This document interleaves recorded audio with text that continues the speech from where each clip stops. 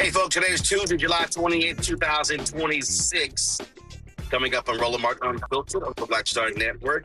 Longtime Color Change CEO Rashad Robinson will joining us talking about his new book about how we maximize our political power. Also, Letitia Plummer is running to become the next judge of Harris County. We'll talk with her. Trump is going after mail-in voting. They got a huge victory. We'll tell exactly what took place and how that has lots of folks worried. Also, we talk about Tuskegee's new dress code as not making a lot of people happy. Some calling it anti-black. And our latest ShopBlackStarNetwork.com segment. It's time to bring the fun on Roland Martin Unfiltered on the Black Star Network. Let's go. He's got it. Whatever the miss, he's on it. Whatever it is, he's got the scoop, the fact, the fine. And when it breaks, he's right on time and it's rolling. Best believe he's knowing. Putting it down from sports to news to politics. With entertainment just for kicks, he's rolling. It's on go, roll, y'all. It's Roland Martin, rolling with Roland now. He's funky, he's fresh, he's real, the best, you know he's Roland Martin now.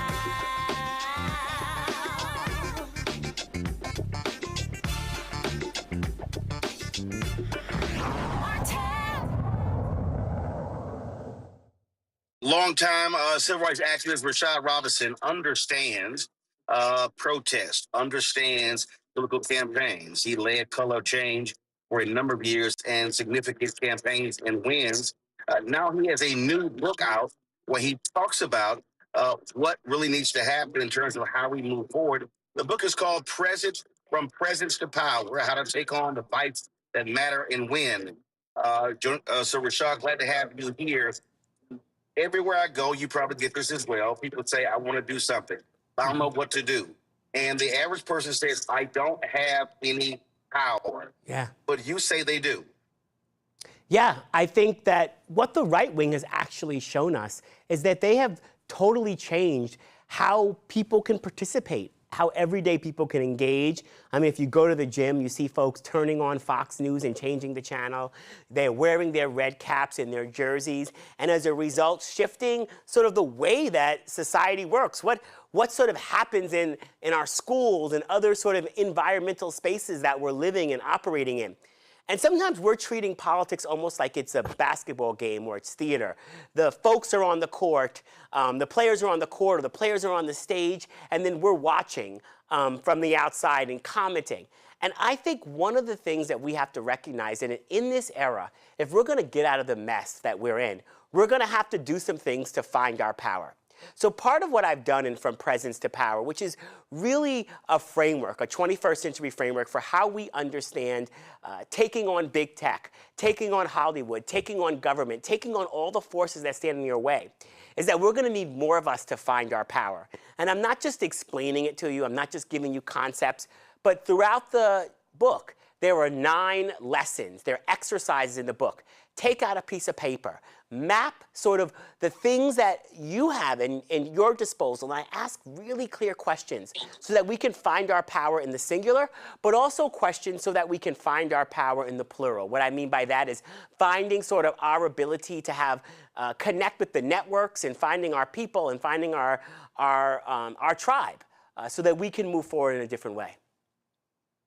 You cannot find your power, though, unless you understand the power of the collective. Yes. So what you described when it came to the right is what they've done. They sort of all forget how they move and operate, support one another, drive one another's content that builds this ecosystem, whether it's groups or whether it's media.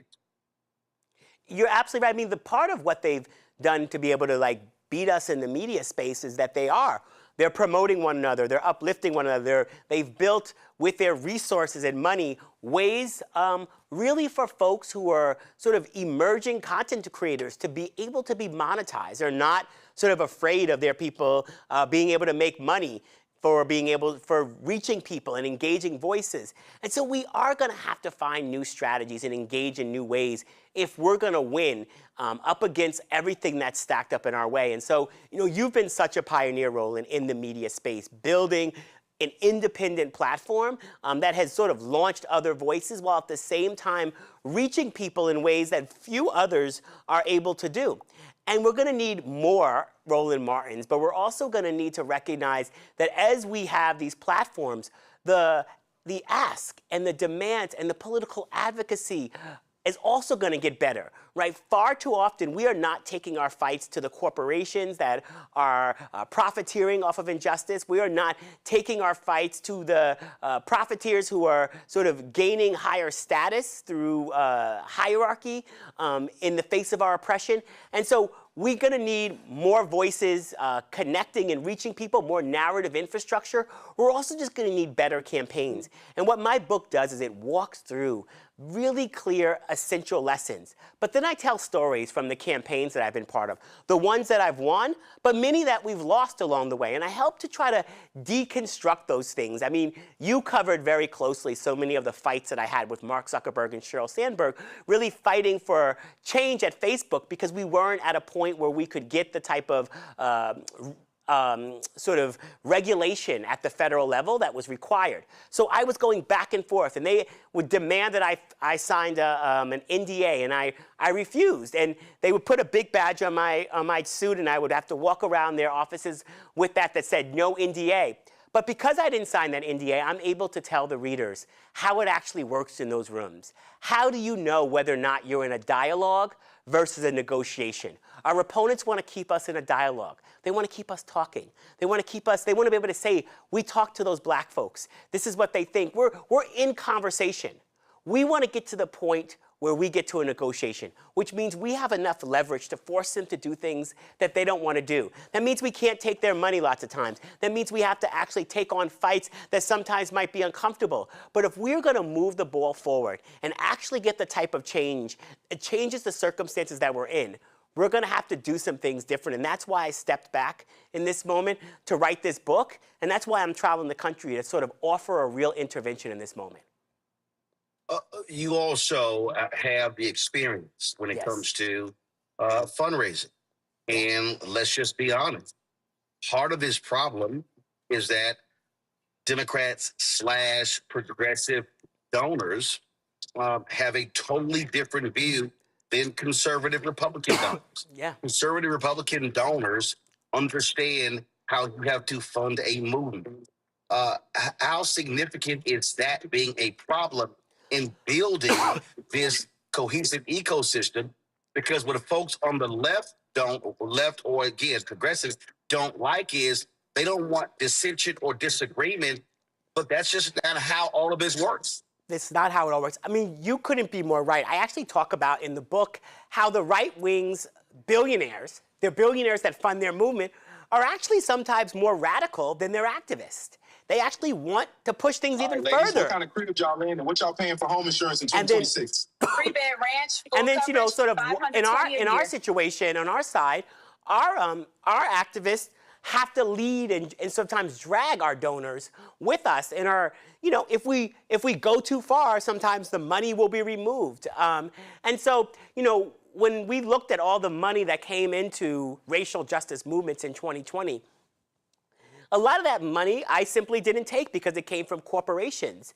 And it came with the type of strings that, made it very hard for us to make the unapologetic demands that we need. I think money is absolutely a part of the equation.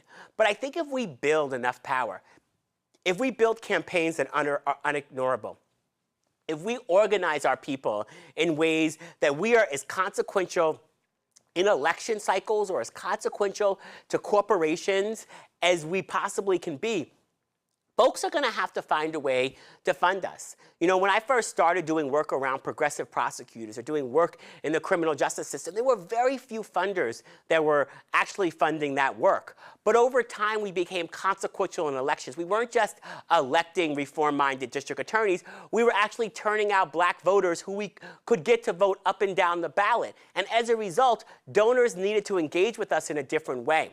And so I think we have to be able to build campaigns and build efforts that we're not just going hat in hand with donors asking them what they want. Building efforts that are powerful enough that we force them to come to the table and try to fund and support and align with our work. But absolutely, resources are part of the table. But even if we have all the resources in the world, that's not going to cover up bad strategy. That's not going to cover up a power analysis that doesn't actually understand that we have to take on profiteers, that we have to understand the role of perception, that we have to tell stories that are powerful enough to reach people, engage them, and activate them in ways that they're going to stay with us over time. So it does require resources, but far too often I've seen folks try to cover up bad strategy with money, and that doesn't get us anywhere either. Last question for you, 'cause I know you have to go. Yeah. The book that I'm working on that will drop in February deals with organizational infrastructure. Yes. And when I think about legacy civil rights groups, I believe that there are a lot of people who don't align with how they move, how they work, how they flow. And I think what's happening is, to your point about accepting corporate contributions. And I think what's happening is right now, people want a place to go. Yeah. People want a place to be involved with. And so they're asking, okay, but who do I join? Where do I join? And that to me, and then with all these organizations that we do have, frankly, a lot of them are risk averse and scared.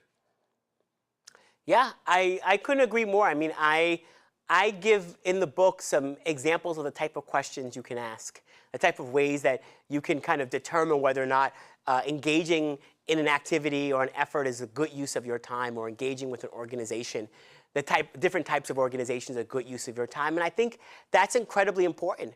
Part of what the right wing has done is they have forced their organizations and their political leaders to respond and engage differently. And sometimes I think we're waiting for our organizations to do everything for us when we can actually force those organizations to respond differently. We're wondering where the Democrats are and why Democratic leaders aren't engaging. And I can think about so many moments where the right wing, just line activists, have changed the incentive structure for their elected officials. Politicians who were once considered institutionalists in the Senate are no longer institutionalists because they can't afford to be. And so we do have to change sort of what is expected, what the floor looks like, and what the ceiling looks like. I have a whole chapter on infrastructure in the book, which is not always a sexy term, but I really do try to deconstruct it. I talk about, I tell stories of the civil rights movement and talk about Bayard Rustin and Ella Baker going to Dr. King and building the Southern Christian Leadership Conference and why they built it. Not that we should build a new Southern Christian Leadership Conference, but they built it because they saw a gap. They saw that there were all these disconnected churches and religious leaders, and they needed a stronger base of connected folks. And if they could get those folks aligned and engaged, the sum total of that could be more than the individual parts. And that was a technology. It was an intervention at that moment. I think lots of times what happens on our side is we continue to look back at sort of the legacy of those moments and try to recreate them, not try to recreate the sort of strategic insight that came from it. We need new interventions. You've been so powerful at sort of seeing the media landscape and not trying to create the old thing, but fighting the next war. And so our infrastructure of tomorrow is gonna have to be about fighting the next war. It's gonna have to be recognizing about what are the ways in which technology can be used and what are the ways in which we need to recognize that it could be dragging us into the past. How do we use the tools of tomorrow? How do we build the infrastructure of tomorrow? And part of what my entire career has been about using technology, has been about finding openings, has been about taking on campaigns where we have been David and we've taken on Goliath. And sort of in this next role, I want to go out and I want to make the interventions that help us win more things. So this is a book that's also going to have a lot of backlash because I'm talking about corporations and I'm talking about corporate power. So I'm not going to be on every media outlet. And there's going to be a lot of places that are just not going to want to hear some of this. So I appreciate you always creating space for this. And I hope that those who are watching, those who are listening, recognize that in this moment, if you're tired of losing and you want to win more things, that our opponents have a whole infrastructure for getting out their ideas. And so from presence to power is sort of my intervention in this moment, and hopefully an intervention for all of us that know that we have to do something different. As I sit here, the severe storm that is sitting over the nation's capital that's about to rain down some massive rain. There are severe storms happening all across this country politically. And this is not the moment where we all run and seek shelter and never come out. We've got to get involved in this and be active. Because these people simply, if we do nothing, or as I always say, if we're present but have no presence, then they're going to solidify the power. Y'all, the book is called From Presence to Power: How to Take on the Fights That Matter and Win by Rashad Robinson. Rashad, we appreciate it. Thanks so much. Appreciate you, brother. Thank you. All right, folks, going to go to a quick break. When we come back, we'll talk with our panel. At the bottom of the hour, we'll be talking with Dr. Letitia Plummer, who wants to become the next Harris County judge in the Houston area. You're watching Roland Martin Unfiltered on the Black Star Network. All right, folks, let me get personal for a second. My mom had questions about her Medicare, so she called Chapter, a Medicare advisory company, and she texted me right after saying it's a great benefit. It was easy. A real person walked her through the whole thing, and now she understands better what's going on. But it's not just her. A woman in Yonkers wrote in saying the process was so simple, the enrollment was easy, and she was so glad she called. Then there's Marilyn, 90 years old, in Florida, living on Social Security.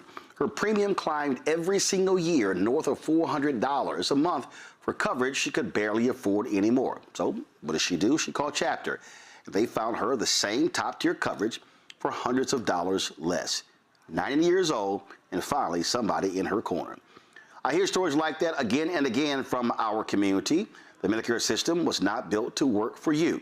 Too much fine print, too many plans. Yet Chapter's advisors are independent and honest, the only Medicare advisors that compare every plan nationwide. They're focused on one thing: what actually works for you. If you're already in the right plan, they'll tell you. No games. People who switched with Chapter saved an average of $1,100 a year. All it takes is 20 minutes. You talk to a real person, and it's completely free help. So call Chapter at 724-264-8281, 724-264-8281. That's Chapter. Ask you a question. Why do so many people seem to think they know black men so well? What they think we want, what they think we need. Hell, they even tried to tell us why and how we voted, but never had a conversation with us. Never asked us how we felt, what brings us joy, what makes us angry, what makes us scared. How do we live? That's what this show is about. No translation, because we don't need anybody speaking for us. We can speak for ourselves. This will be a show where we bring brothers on that you don't see on every other talk show. Nope. Brothers that are doing work in local communities with black men for black communities. We're going to hear each other and try to understand, so perhaps we can move forward together. No translation, because we don't need anybody speaking for us. Nope. What we need is each other. No translation, right here on the Black Star Network. Check it out.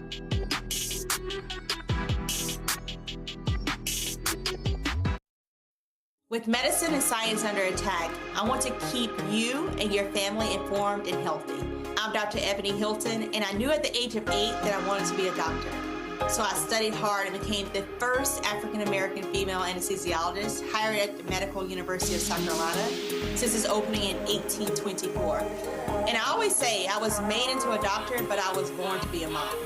And as a new mom, wife, sister, daughter, and friend, I understand how frightening a medical crisis can be. I care for individuals on some of the worst days of their lives, and it's my mission to provide you with a safe space to gain clarity on issues affecting your mind, body, and soul. I recognize that there are health disparities, particularly as it pertains to race, and I want to help bridge the gap between you and your healthcare providers. Join me every Thursday for Second Opinion on the Black Star Network, where each week I'll invite experts from various medical fields to share the latest health news. We'll discuss topics such as the vaccine debate, mental and sexual health, medical bias, infertility, menopause, andropause, nutrition, and aging. Together with my medical colleagues, we aim to provide you with a second opinion. Don't miss it, Thursdays only on the Black Star Network.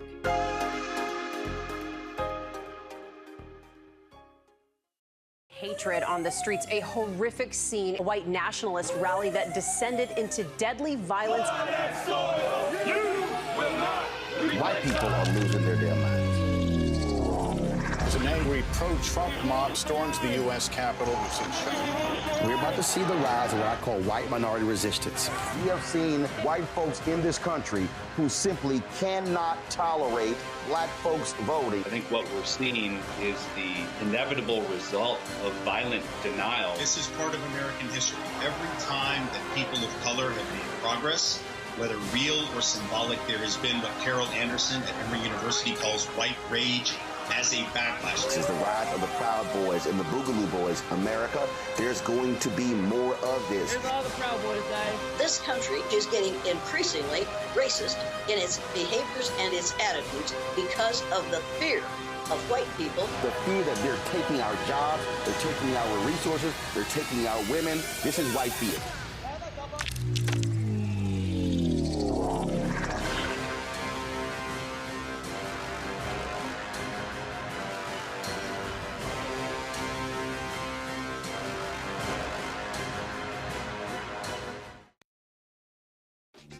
My name is Bill Duke, and you're watching Roland Martin Unfiltered.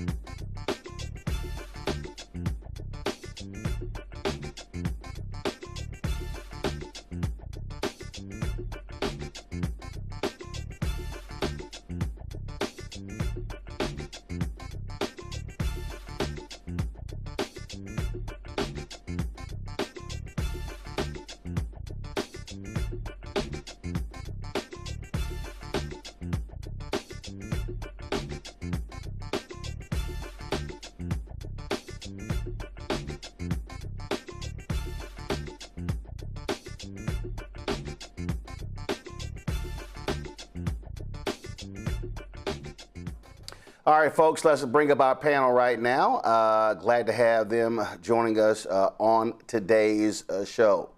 Joining us right now, Winkudi Siant.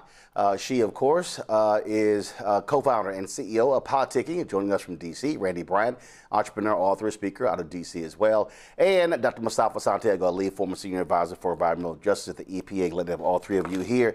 Winkudi is real simple. What Rashad talked about is so important, that people are going to have to understand that you can't sit on the sidelines if you want to see change. And it's not going to happen just because. It literally involves people doing the work. Absolutely. And I was so curious to hear what those principles that he had delineated were. But I mean, I think you're right, Roland. I think every day we see people having to take up the charge to do the work. And I think his book is a really poignant example of how we do that. Actually, Randy, too many people have been sitting on the sidelines expecting others to do the work and thinking stuff is going to just magically change. Right. And I think everyone is looking for someone to lead them. Just you said earlier about how we're looking for an organization to join or someone to tell us what to do. And I really want people to be empowered that everyone can do something, even if it's by themselves. They can decide that they're going to help educate people about voting, or they're going to ensure that they can drive people to vote, or they are just going to, I've been really thinking about building community and going back and just hosting dinners at my home on Sundays where we get together and talk. And so people can feel as if, they have a voice that's being listened to, and we can talk about action plans, but everyone has the power to do something. And right now it's very clear that we need everyone. Mustafa? Well, Ella Baker made sure to, highlight for us that each and every one of us has leadership inside of us. We don't have to wait for some politician or some corporate leader or whoever it might be. That each and every one of us has not only a responsibility, but the gifts to be able to lead, to be able to make change happen. So we should make sure that we are continuing to follow the words of Miss Ella Baker and others who have shared with us that we can get it done ourselves. Well, to your point, the reason that was a conflict with Ella Baker and Dr. King, she believed in pew to pulpit. He believed in pulpit to pew. And so that's, I think, is also important because it was the people driving the agenda, not necessarily leadership telling folks what we're doing. Mm-hmm. It was the power of the people. Ella Baker always reminded us of that. And if you follow many of the grassroots leaders and others who I've worked with, it has always been about the grassroots where many of the impacts are happening, but the opportunities also have to be a leading voice in the framing out of policy. That's one of the things I'm excited about reading Rashad's book. Because real power, real change happens from the grassroots up. That does not mean that others are not critically important in the process. But if it's not changing the lives of everyday folks, why are we doing it? And unfortunately, we have some folks who want all the attention, they want the glamour and the spotlight of leadership, but they don't want to do the hard work. I want to stay right there on that particular point. It is not about the glamour or the attention. Unfortunately, when Cooney, we're living in this attention economy where that's what it's all about, where real work is not about becoming a celebrity. It's really not, Roland. And I think a lot of people have missed that with the advent of social media. I think it has given so many people a platform. And that's not necessarily a bad thing, right? I think it's great that people have platforms. But I think what the issue is that, unfortunately, my generation, we don't see enough people really step into the forefront to really lean into what leadership looks like. And I think it's because of bystander effect, right, Roland? Everybody thinks somebody else is going to do something about the problem, and thereby nobody ends up doing anything at all. So I think we have to recognize that with an opportunity and with a platform comes power. And I really call more young people to really step up to the pulpit and really start to gather the people behind them. Randy, I remember when we were in Shreveport, Louisiana, and it was after that brother had shot and killed 7 of his kids and 2 of the women. And there was a young man who stepped up to the microphone, and he implored those on the panel to pass the baton. And he talked about his big social media following.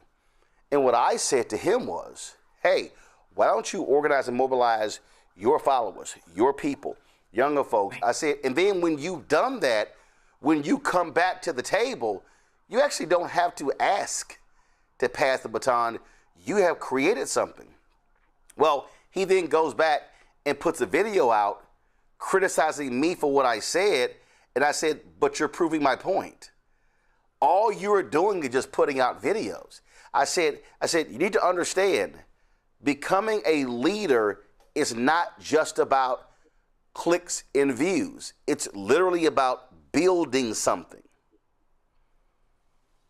You're right. I mean, there's a responsibility that comes with when you do get attention because you're on social media and you are putting out videos, which is a form of activism. Hopefully in your people's videos, they're educating people, they're motivating people. But at the same time, what is the next step? What are you doing to actually make change and showing other people how to make change. And I believe oftentimes people get lost in the fame and the attention of things. We see a lot of social media presence where they are now, traveling and showing what they're doing as far as their personal lives, which is also fine. But have you lost your vision? Have you lost your goal? And if your goal is to make changes within the Black community, then you have to keep your eye on that prize.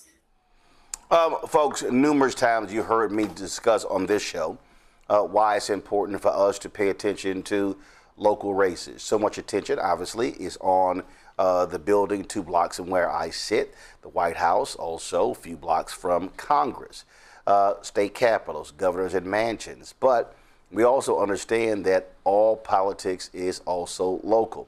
And so when we encourage people to focus on city council races, school board races, DA races, municipal judge races, as well as county races. Well, Harris County is about to go through a leadership change. Lena Hidalgo opted not to seek re-election. When the Democratic primary took place, my next guest actually beat the former mayor of Houston, Annise Parker, be the Democratic nominee, but she's in a tough fight. You've got significant forces in Harris County, where Houston is, that are conservative, who want to take back the county judge. And so my next guest is a dentist, an entrepreneur, also a former member of the Houston City Council, Dr. Letitia Plummer. Glad to have you here. You're running against Republican Orlando Sanchez. He served as a county treasurer. He's run for mayor. He's run for any number of positions. Look, you have a blue county, Republican in Austin, Texas, the state capital, hate that. They would love to capture the county judge position. What are you saying to people over the next little more than 2 months, how they have to, just what we were talking about, maximize their power if they want to see a Democrat maintain that county judge position in Harris County? First of all, Roland, thank you for allowing me to be here with you today. And so listen, no matter who you are, what side of the fence you're on, what religion or culture you are, everyone wants a couple of things. Harris County, we are known for our disasters. We don't want to flood every time it rains. We want to live in a safe environment. We want a level of economic opportunity for everyone. We want safe, good schools for us to go to. And so I'm really driving that affordability message as well. Just trying to stay on the issues that really affect almost 5 million people within the county, regardless of what side they're on. And so we're just driving that message that's really resonated, and I truly believe what got us to this win. You talk about that. Obviously, it is a diverse county. Frankly, it is larger than some states. And so what do you see, what are your 3 or 4 issues that you believe will resonate with voters in Harris County? So the number one thing is disaster recovery, preparedness, and resilience. We flood every single time it rains here. And so making sure that we're putting infrastructure dollars in communities that struggle the most, looking at social determinants is something that we're focusing on. The economic opportunities here. We spend billions of dollars in terms of procurement. Oftentimes the same corporations or companies get the bids every single time. So looking at how do we make sure that small to mid-sized businesses actually have an opportunity. Our public health system, Texas is the highest uninsured, and we do have Harris Health here, which is great. We have over 1 million people experience our 16 community centers and our hospitals here, and so ensuring that they stay funded consistently. And then we're looking at environmental justice challenges. We've got cancer clusters across the county. We have air quality issues that really allow a lot of our low-income communities to have challenges, and so looking at the environmental justice issues as well. And then obviously everyone talks about public safety. Public safety is a big deal. It's an issue, but I want to look at root causes. Our county jail is overpopulated. 80% of our inmates have mental health challenges. So looking at our county jail system and seeing how do we ensure that nonviolent offenders actually have a chance and a shot to lower recidivism, and trying to see how we can support our mental health residents so they don't end up in the Harris County jail system. You talk about that. What places are you studying? Are you looking at where they've had a drastic reduction? Are you looking at Baltimore and looking at Mayor Brandon Scott? Have you tried to communicate with him to get an understanding of what his plan was to bring murders to a 50-year low and dramatically drop crime in Baltimore? Absolutely. As a matter of fact, we are teaming up. We're creating a task force that will help us look at best practices across the nation and bringing experts to the table. Because, you know, a lot of the Republicans want to build another jail. That's their plan. And we know that that's not what we want to do here in Harris County. You know, we spend about $50 million outsourcing 1,500 approximately inmates to Mississippi and Louisiana. And I would like to create a workforce to justice program, or rather justice to workforce program. And I am looking at best practices across the nation to see how we can lower recidivism and give those nonviolent offenders an opportunity to have a chance to take care of their families in the future. You talked about contracts as it relates to African Americans. Where does Harris County currently stand? Very low. As a matter of fact, the African Americans are almost the lowest in terms of their involvement with large county contracts. And a lot of that's capacity building, Roland. We don't do a really good job making sure that our mid-sized to small businesses are actually a part of the conversation. Oftentimes, you know, because there is a percentage that you have to use MWBE programs, oftentimes they'll get on the contract and they'll never get a job. And they just kind of sit on the line on that. And so really looking at procurement is something that I want to do. When I was at the city of Houston, we used what was called co-ops, which large big box entities that will allow, that get the bids, and then, you know, then they obviously have lower price. We got to be careful about that, because obviously, you know, oftentimes that really boxes out those small to mid-sized folks. And so I was able to do a carve out at the city of Houston to allow our big box folks engage with our small to mid-sized businesses to be a part of the conversation. I want to do the same thing we get to the county. And I also put a rotation in place, whereas every single time a contract was won, you rotated out of the process, which allows another person, another company to be able to be a prime on that and then bring someone up. And so, you know, we spend billions of dollars in terms of procurement at the county, and oftentimes the same folks get the same jobs every single time. Well, again, that definitely is a way to actually build and grow capacity. Mustafa, your question? Dr. Plummer, it's good to see you. Thank you for raising environmental justice also. At the end of, let's say you win the election, at the end of your term, what changes will have happened in Harris County? What will be different? What will it look like differently? So much. Number one, our jail is going to look completely different. We're going to lower recidivism. We're going to handle the mental health crisis that we are experiencing in Harris County, you know, really, really head on. So you're going to see that difference there. Environmental justice is obviously a big conversation I have. I was able to drive down $1.5 million working with nonprofit entities and cancer clusters in Fifth Ward. I want to expand that and really look at the whole entire county. How do we work with TCEQ? You know, how do we look at permitting? How do we make sure that we hold these large industries accountable that are really focused and are in our low-income communities? So that's going to look way different. We're going to see another hospital in our East End area, in our unincorporated 2 million people, unincorporated East Harris County. You're going to see a medical facility there that will allow us to take care of the folks that live in those unincorporated areas. And you are going to see a procurement department that looks completely different. It's going to be equitable and fair, and you're going to see a rotation of building capacity. And then, you know, and then finally, we are going to deal with disaster recovery and resilience in a way different way. Right now, it's incredibly reactive. I would like to put together what I'm calling lily pad resiliency hubs. They're deployable hubs that will move across the county when a disaster happens. And so it's going to look way different in 4 years. It may not. It's definitely not going to happen overnight. But, you know, I'm not really a politician by trade. I'm a doctor by trade, which means I heal people every single day. And we're going to heal these communities and make sure that we're able to thrive. Randy? Dr. Plummer, what made you, what inspired you to say, I want to serve in this way? I want to serve my area in this way. You know, thank you so much for that question. You know, I sat on city council, did a great job, checked all the boxes.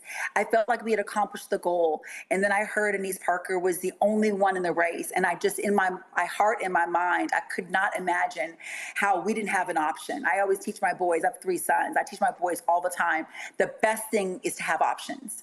because you're not boxed in and making decisions. And so that's what we did. We brought a different option to Harris County voters, and we did it. We were outnumbered, we were outpolled, we were outraised, outnamed in every way, but our message resonated. And I'm just so honored and humbled, honestly, to be able to be the first African American to ever hold this seat, and just excited to be able to help my community. Owen Cooney. Thank you for that, Dr. Plummer. I love the notion of having options. And as you mentioned, healthcare has been at the center of your career. I'm curious about what lessons from the healthcare field have most influenced your work in public office. Yeah, so I use it all the time. So as a doctor, I have to first listen to my patient. My patient will always tell me what the problem is way before I look at any data. Then I look at the diagnostics. I look at my x-rays. I diagnose the problem from my scientific perspective. And then I ask the patient, I tell the patient, these are our options. What do you want to do? These are the pros and the cons. And we bring specialists in to have that conversation and make sure we give them all the information that they need.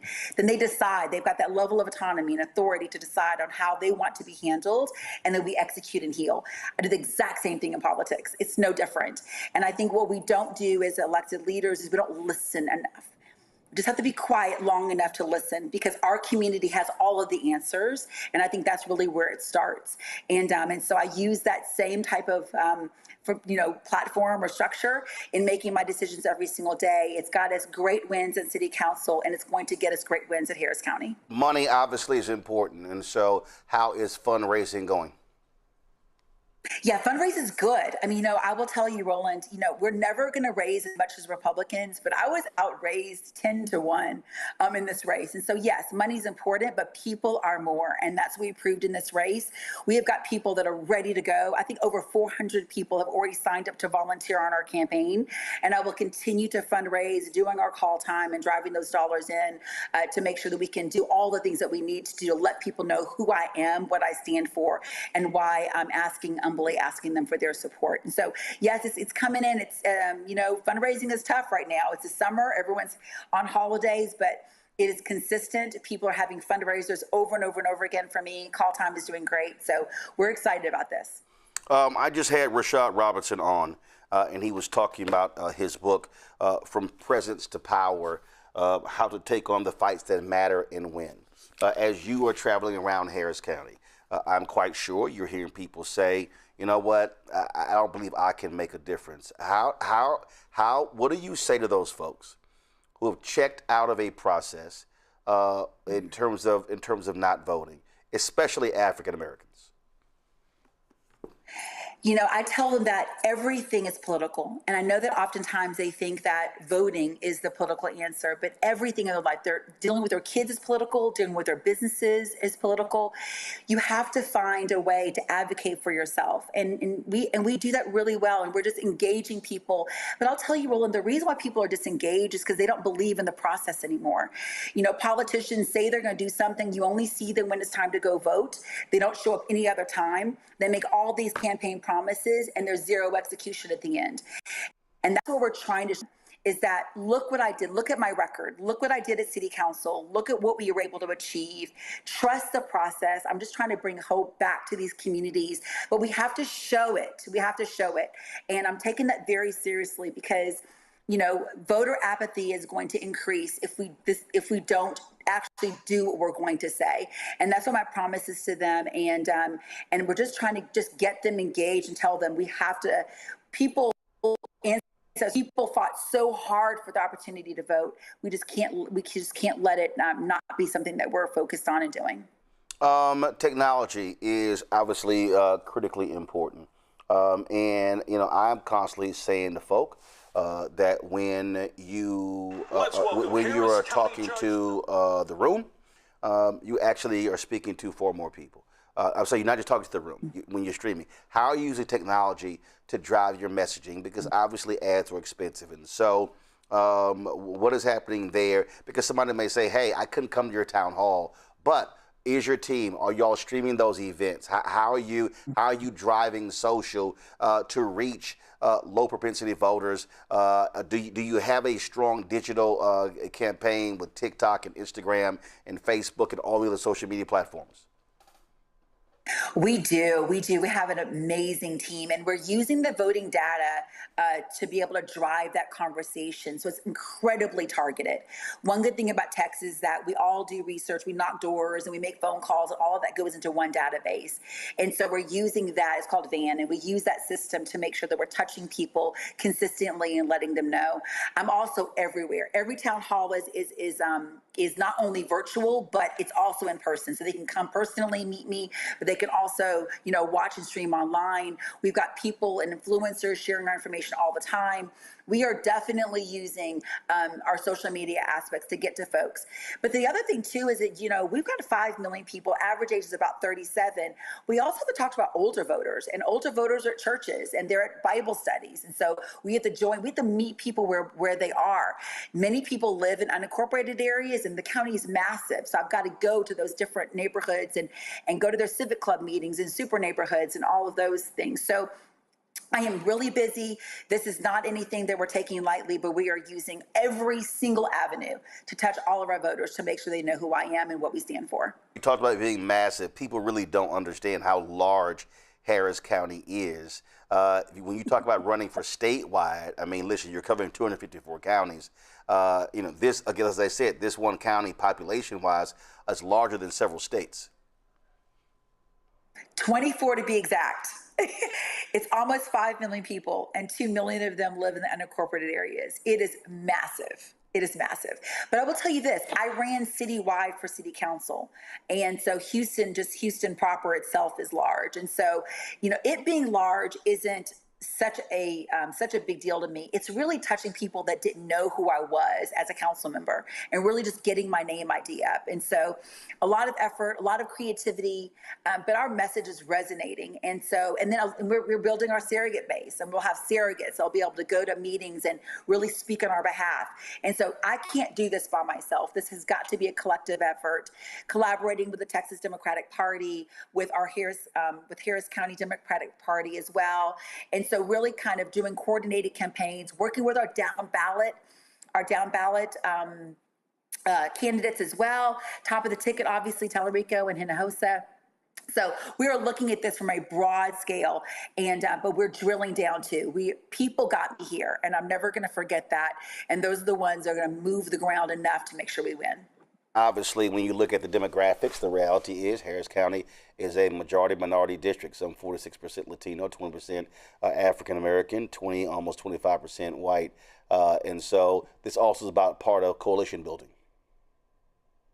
It absolutely is. And one thing that I love about my background is, my mother is Arab and Yemeni, and my dad is Black American. So I really do understand kind of the cross culture that we experience in Harris County. And I think that's kind of one of my superpowers, to be honest. But I'll tell you, 79% of African Americans did not vote in the midterm, in that March primary. And so we've got a No. I don't want you to go past that. Give that number again. Yeah. Yes, 79% of Black voters did not vote in the March primary. In terms of Harris County? In Harris County. And so the reason I want you to repeat that, because when I was trying to explain to people, Congresswoman Jasmine Crockett, and what happened there, she needed massive turnout in Harris County to win. Folks did not vote. And people are like, I'm not understanding. I'm like, because you have to look at the actual numbers. Go right ahead. Yeah, so there are people, Roland, that we just need to touch again. These are folks that voted for Kamala, right? We just got to bring them back. And so we've got very targeted messaging to folks and trying to understand, what is it? What is it about? What made you stay home in this March primary? And there are opportunities there. And I love that. And so we're going to ignite our base. We're going to talk to every voter across the county, but we really have to figure out how we can increase our Black voter turnout, and not just for me, but for our down ballots. I mean, we've got some great down ballot candidates that could just do amazing things in Harris County, and so that's my job. I've got to deliver Harris County. And a lot of folks don't really realize that, but to win Texas, you have to win Harris County. There are no options. And so I'm taking that job very seriously. You mean as a Democrat? Obviously, Republicans do well in Texas. Yeah. But yeah, if you don't win Harris County, you ain't winning nothing. You're done. Nothing. It all stops here. Everything stops at Harris County. And so, I really do believe that it's a big charge, but it's something I'm taking seriously. And we're going to do everything we can to make sure that my down ballot folks have an opportunity to represent Harris County. Well, I've not decided whether we're going to be in the state in September or October, but I'm sure we'll be crossing paths as we broadcast from the Lone Star State leading to the midterm elections. I would love that. Thank you so much. All right. I appreciate it. Letitia Plummer, good luck. Thanks a lot. Thank you so much for having me. All right, folks. Got to go to a break. We'll be back. Roland Martin Unfiltered on the Black Star Network. Don't forget, support the work that we do. Join our Bring the Funk fan club. Goals get 20,000 of our fans contributing on average $50 each a year. It's $4.19 a month, 13 cents a day. Support this show and all of our shows on the network, including our new show with Jeff Johnson. We have the promo coming up next. Again, if you want to contribute via Cash App, use the Stripe QR code. You see it right here. It's also for credit cards. If you're listening, go to blackstarnetwork.com for ways to donate. Checks and money order. Make it payable to Roland Martin Unfiltered. P.O. Box 57196, Washington, D.C. 20037-0196. PayPal's R. Martin Unfiltered. Venmo RM Unfiltered. Zelle Roland at RolandSMartin.com. Roland at RolandMartinUnfiltered.com. We'll be right back. Ask you a question. Why do so many people seem to think they know black men so well? What they think we want, what they think we need. Hell, they even tried to tell us why and how we voted, but never had a conversation with us. Never asked us how we felt, what brings us joy, what makes us angry, what makes us scared. How do we live? That's what this show is about. No translation, because we don't need anybody speaking for us. We can speak for ourselves. This will be a show where we bring brothers on that you don't see on every other talk show. Nope. Brothers that are doing work in local communities with black men for black communities. We're going to hear each other and try to understand so perhaps we can move forward together. No translation, because we don't need anybody speaking for us. Nope. What we need is each other. No translation, right here on the Black Star Network. Check it out.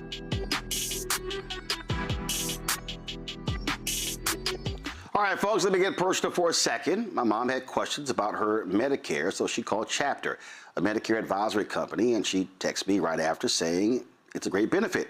It was easy. A real person walked her through the whole thing, and now she understands better what's going on. But it's not just her.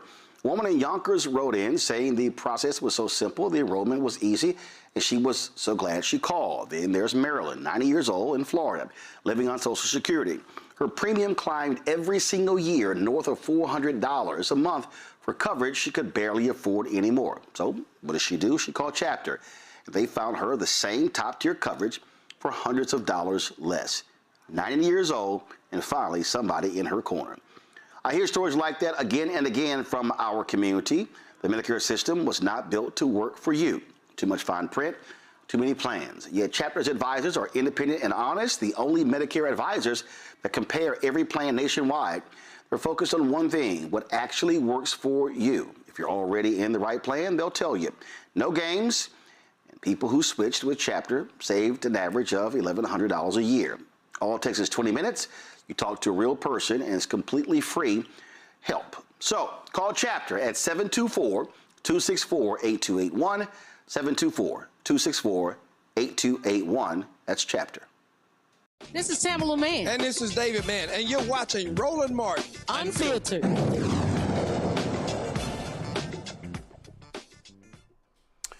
Folks, the Trump administration is asking the Supreme Court to weigh in on their new restrictions on mail-in ballots. This also follows a big victory that they actually received in court. So an appeals court actually spoke up about this. And give me 1 second, I'm going to pull this up.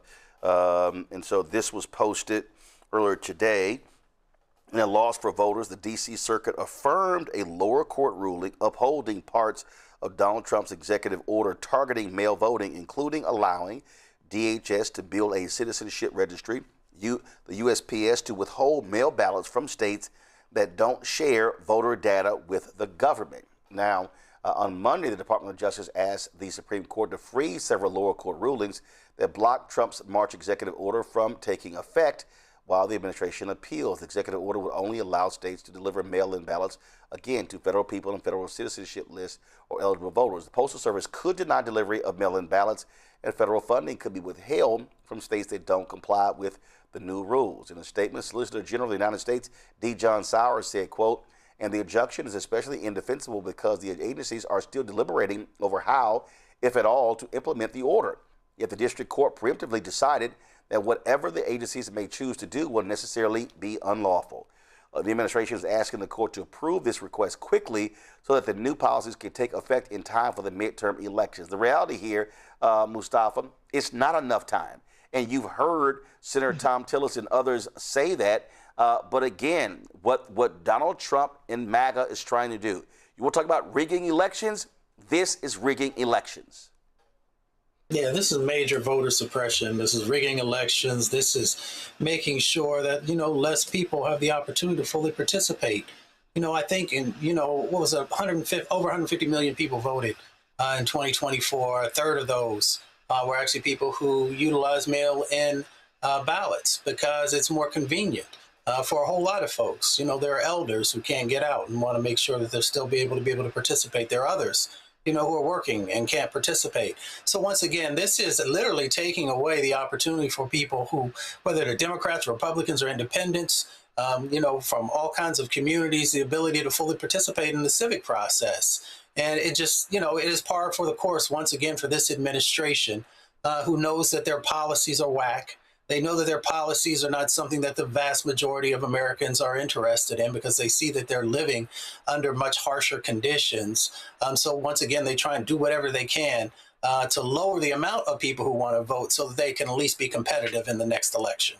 The thing here, Cooney, that we have to really pay attention to is, again, this is about theft. This is about limiting folk who vote. You've got some states like Oregon and Colorado, especially Oregon, Washington State, where all voting takes place by mail. You on mute? Yes, Roland, this is infuriating, but unfortunately not surprising. We've seen this administration time and time again try to stymie the votes of particularly Black and brown voters, right? But mail-in voting is no different. Trump wants to limit mail-in voting, even though this is predominantly how he's been able to cast his own votes. As Mustafa stated, 30% of ballots have been cast that way in the 2024 election. And so it makes sense to think that at least that percentage would use them again.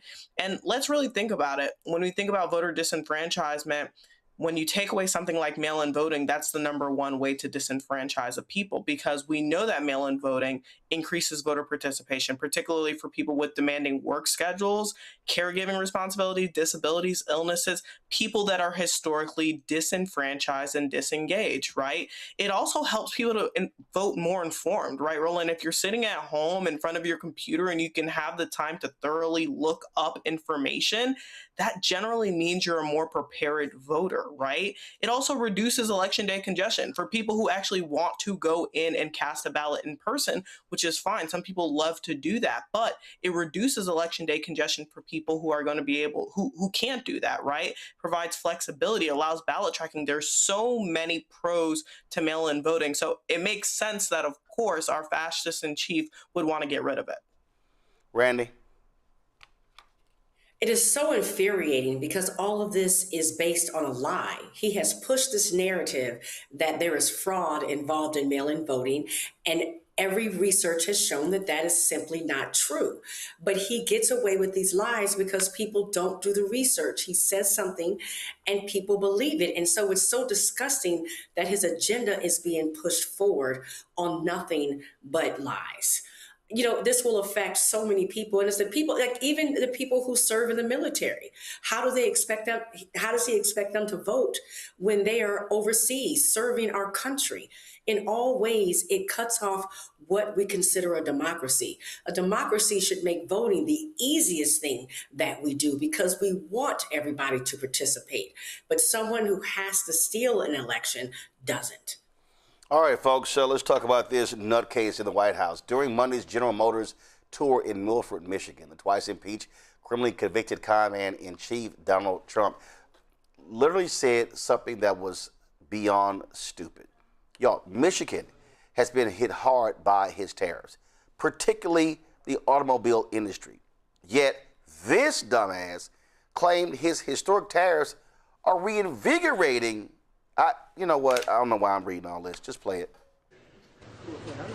Oh, the fins at the back. I mean, this was really leading from a design perspective. They've come a long way. It's amazing what tariffs will do for General Motors and what the election has done. They're doing great. General Motors is doing fantastically, the best year they've ever had. And I won't get into it, but there's a reason. We've been very good to General Motors. And the rest of the world doesn't love me, but that's okay. It's called America First. Right? It's been amazing. Mr. President. It's fantastic. You know Margot? She's been with me. Does anybody know Margot? Like, how well do you know Margot? She's been with me from... Y'all, that's General Motors CEO Mary Barra. When can she know better? They've had slow job growth in Michigan. General Motors has lost more than $3 billion due to tariffs. They pretty much gutted their electric vehicle fleet because of Trump's hatred for EVs, also impacting their bottom line. Every GM executive standing there knew his ass was lying. That's why they had that look on their face, Roland. I mean, it's the same look any of us would have on our face. They're flabbergasted. I mean, the scary thing is people continue to allow him to come to their businesses and make a fool out of them because it really looks crazy. But let's get into the facts. Like you said, we know that not only his tariffs have affected Michigan, but he's continued to tariff Canada right next door, who got so pissed off that they canceled the joint celebration that they were planning to have in conjunction with Michigan. And they've continued to find issue with Trump's policies. And I think the one person who had it right was Curtis Hurdle, the chairman of the Michigan Democratic Party, when he said he's happy the president's here campaigning with the Republicans because it shows that the Republicans actually don't want to do anything but, continue to kiss up to him, and they don't want to stand up for him. And he's terribly unpopular. I think Curtis is the only one who had it right. And unfortunately, he continued to make a charade out of himself at General Motors. It's a shame they let him do so. We're talking a state that right across the river there, Mustafa, is Canada. Significant trade with that country, who Donald Trump has been attacking. Tariffs have absolutely wrecked the American economy. Oh, without a doubt. I grew up, part of my youth was in Detroit. So I have family who worked in the auto industry, still work in the auto industry, and used to go across the bridge to Windsor. So, I know both sides of that bridge well. The tariffs have not been helpful to our country. Yes, there's been impacts to Canada also. He's talking about 50% tariffs once again in relationship to some of the products that are coming across from Canada.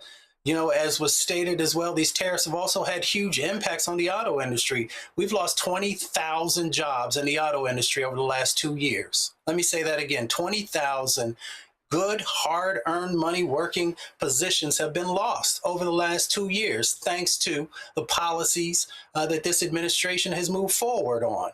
And then you talked about the electric vehicles, the vehicles of the future that actually help to make sure that folks breathe cleaner air, get better mileage for the charge. But he did not see value in that because he's so tied to the fossil fuel industry.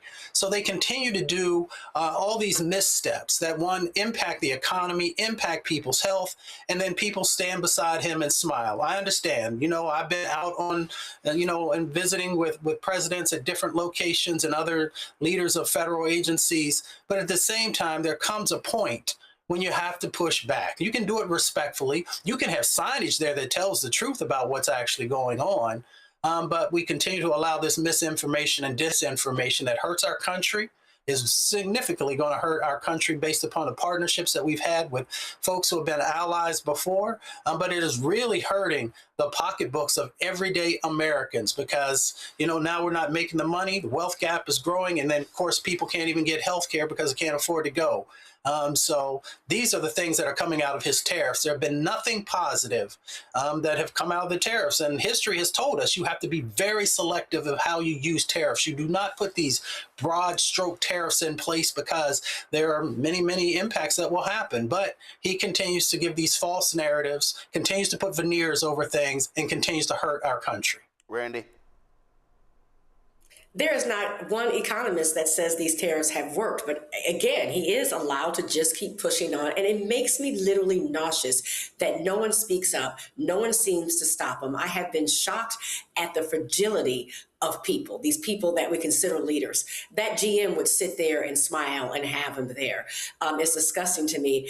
And I'm also struck, it takes a special kind of jacked up president to ruin our relationship with Canada. Do you know how hard that was to do? But he did it. He found a way where we have no good relations, it seems, with almost anybody because he's such a disgusting creature that the entire world knows exactly what we know and talk about. But the people around him continue to just treat him like a petulant child and allow him to get away with doing whatever he wants to do. And it impacts people every single day. Again, what you talk about, people losing their jobs. And when someone loses their jobs, we know that affects families, that affects schools, that affects the entire county and country. And so it's just sad that they're allowing this madman to run around and do what he wants to do, even when it has proven to be destructive to our economy and to our country. Well, that is absolutely the case. And so I don't know what the hell these people are sitting here doing. All right, let me go to a break. When we come back, Tuskegee, boy, they've got people riled up regarding their new dress code. They've said do-rags, bonnets, and house slippers. Don't bring that bullshit on campus. We'll discuss next right here on Roland Martin Unfiltered on the Black Star Network. All right, folks, let me get personal for a second. My mom had questions about her Medicare, so she called Chapter, a Medicare advisory company, and she texted me right after saying it's a great benefit. It was easy. A real person walked her through the whole thing, and now she understands better what's going on. But it's not just her. A woman in Yonkers wrote in saying the process was so simple, the enrollment was easy, and she was so glad she called. Then there's Marilyn, 90 years old, in Florida, living on Social Security. Her premium climbed every single year north of $400 a month for coverage she could barely afford anymore. So what does she do? She called Chapter.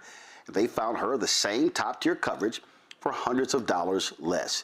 90 years old, and finally somebody in her corner. I hear stories like that again and again from our community. The Medicare system was not built to work for you. Too much fine print, too many plans. Yet Chapter's advisors are independent and honest, the only Medicare advisors that compare every plan nationwide. They're focused on one thing, what actually works for you. If you're already in the right plan, they'll tell you. No games. People who switched with Chapter saved an average of $1,100 a year. All it takes is 20 minutes. You talk to a real person, and it's completely free help. So call Chapter at 724-264-8281, 724-264-8281. That's Chapter. Ask you a question. Why do so many people seem to think they know black men so well? What they think we want, what they think we need. Hell, they even tried to tell us why and how we voted, but never had a conversation with us. Never asked us how we felt, what brings us joy, what makes us angry, what makes us scared. How do we live? That's what this show is about. No translation, because we don't need anybody speaking for us. We can speak for ourselves. This will be a show where we bring brothers on that you don't see on every other talk show. Nope. Brothers that are doing work in local communities with black men for black communities. We're going to hear each other and try to understand so perhaps we can move forward together. No translation, because we don't need anybody speaking for us. Nope. What we need is each other. No translation, right here on the Black Star Network. Check it out. Hey, this is Motown recording artist Kim. You are watching Roland Martin Unfiltered. That boy, he always unfiltered though. I ain't never known him to be filtered. Is there another way to experience Roland Martin than to be unfiltered? Of course he's unfiltered. Would you expect Anything less? Watch what happens next.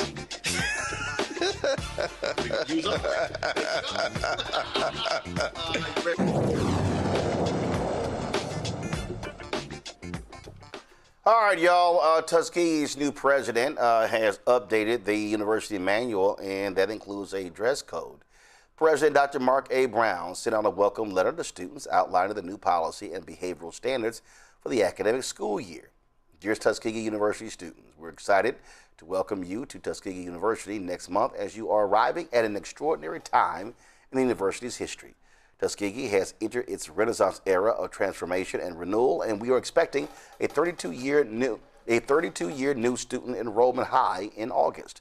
Tuskegee is focused on challenging you academically with resources to ensure graduation while preparing you for the workplace. You're required to find internships in their area of interest, identify certifications to enhance professional skills, and develop a resume. There are more than 30 certifications you can get at Tuskegee at no additional cost. You must also visit the University Career Center in Kinney Hall. It is there where you'll be able to connect with potential employers, internships, and learn more about career opportunities long before your senior year. You cannot wait until you are a senior to focus on your career options. The university has developed a new policy for student attire on campus, classroom attendance, and cell phone use in classrooms. Tuskegee students now have a dress code for public and professional places. The student handbook requires students to arrive on campus with a business suit and proper shoes for a business meeting. Students are prohibited from wearing revealing clothing in class, to the cafeteria, or in official settings like convocation. They're also not able to wear bedroom shoes, bonnets, or do-rags to class or the cafeteria. Faculty will be empowered to respond to students who are inappropriately dressed based on these guidelines. Faculty will also be able to respond to a different classroom challenge, cell phones. Unless directed by the professor, students are no longer allowed to use their cell phones while in class. They should be turned off to eliminate any distraction from the instructor's lesson. We are attaching the attendance policy to minimize any confusion around attendance. Students are required to go to class. That is the heart of all academic success, and we track attendance. The goal here is not meant to restrict you from enjoying the Tuskegee experience, but to prepare you with a solid foundation for the workforce you will enter once you leave Tuskegee. Employers are less forgiving, and too often presentation may overrule stellar preparation. Tuskegee University continues to prepare the best and brightest for a lifetime of success. With these changes, we want to ensure every student is as prepared as they can be. I look forward to seeing you in August. We reached out to Tuskegee University to have the president or representative on, but they were unavailable. We definitely want to have them on very soon. Now this, of course, as usual, when you factor in Threads, Instagram, TikTok, Twitter, and Facebook and everything else, explodes into a social media conversation. Now it's about respectability politics. It's about being anti-black. Constance Lee said Tuskegee passed a horrible policy. As somebody with a master's in adult higher education, policing how students show up to class will never lead to higher class attendance and does not lead to higher graduation rates. Okay? Which means dress for success is a claim based in fallacy. Here's another post from No Slino. Dress for success has the same underlying tone as massa coming to be. It just sounds coonish. Like, why are you associating success with looks? Kingpin 202. What about Yamaka's, Kufis, and the Hijab? I'm not reading the rest of these. Let me get to the panel. Randy, you're a Tuskegee graduate. Here's my problem. Okay.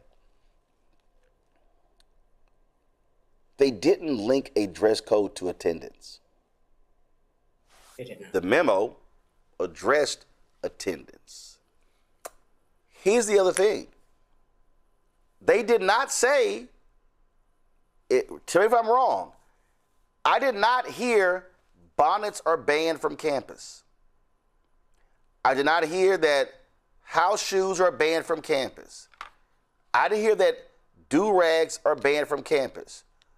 What I read was you can't wear them to class or the cafeteria.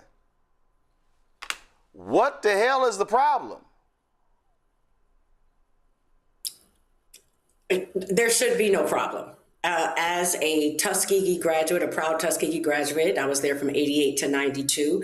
I was very pleased to see the changes that were happening. And of course, this is an overall change. They're not just talking about, everyone's focusing on do-rags and bonnets, where they also are talking about just a renaissance and changing things and improving what's happening at the university, which is what you want your leaders to do. That's what you would want to happen at any corporation or a higher institution, where you look at it and say, how can we improve? So I'm sure the phones were disruptive to people's learning. I'm sure people coming to class who are scantily dressed could be distracting to higher learning. How do we get people to feel you can't learn if you're not attending classes? So it was an overall restructuring and a set of rules. And it's unfortunate that the only thing that they're focusing on in all this brouhaha is over bonnets and do-rags. When you think about it, my mother sent me to school to get a job, okay? She knew she wasn't going to take care of me later. I don't know a job right now, whether it be wrong or right, where I am allowed to wear a do-rag or a bonnet.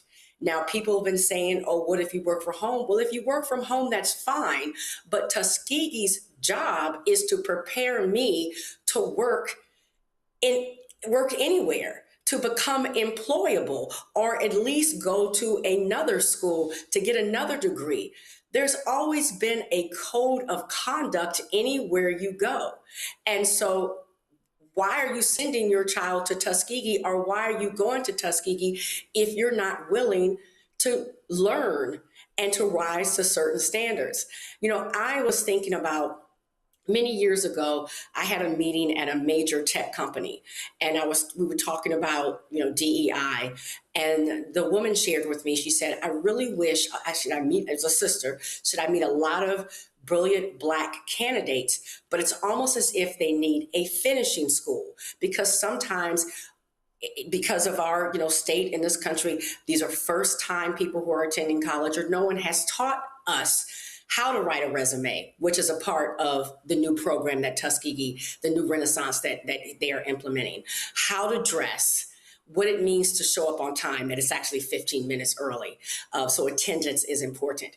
They haven't learned those things. So while, yes, these people may be brilliant, they have earned a degree, they don't know some of the things that you need to know to make it in corporate America. They don't know the rules. So what Tuskegee is saying is they're taking on their responsibility and saying, we're going to teach these children and prepare them for the workplace. We're going to set a standard, which I don't know where else they don't do that.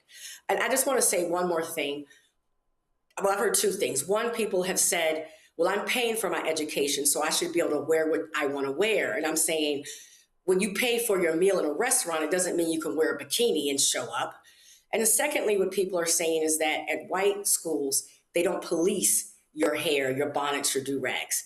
And I don't believe white schools are even thinking about how to prepare our students to function in a white racist society. How do we prepare our students, our Black students, to be able to excel in this world as it is?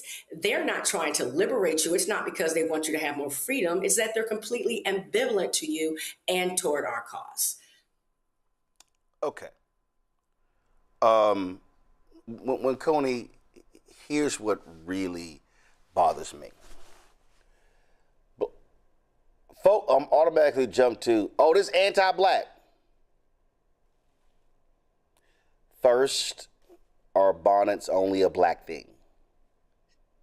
Do-rags, house slippers. Man, I went to Texas A&M. You know what I couldn't stand the most?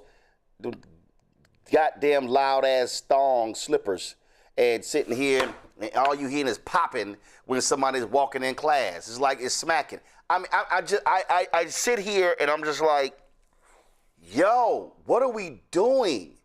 Like, what the hell are we doing? All of these people are commenting on do-rags, bonnets, and slippers, but they ain't got nothing to say about requiring them to have internships and get certifications. I'm just sitting here going, really? Really? Are we tripped? Really? And you come to class. Like, that's a problem? Saying, hey, yo, you can't. They didn't say you can't wear cargo shorts. They didn't say, oh, you must have, like at a country club, a collared shirt. Go ahead. So, Randy, I didn't go to Tuskegee. I went to Howard, and we got our own stuff to deal with right now. But what I will say on Tuskegee right now is that I don't see any problem with what Dr. Brown has implemented. And I got to say this as like the resident young person on the panel right now, that I guess this is going to get people in a tizzy, but I do think that young Black students need to embody rigor, not only in how they show up for class and how they dress. How I was taught in my home was how you show up indicates a lot about how A, the teacher is going to treat you, B, how your classmates are going to receive you, and B, what position and posture you're in to learn, right? So if I show up in the thing that I went to sleep with, because we're not only talking about do-rags and bonnets, right? We're also talking about house slippers. If I show up to school in my pajamas, am I equipped to learn that day? Realistically, the answer is no. I'm still asleep. I haven't showered. I haven't brushed my teeth. I haven't really started my day. I haven't activated myself. Let's also talk about decorum in terms of honoring our professors. You know, one of the things I love is being on here with Dr. Carr sometimes, because that was my professor at Howard University. Do you know how much of an honor that is sometimes to share the stage with him?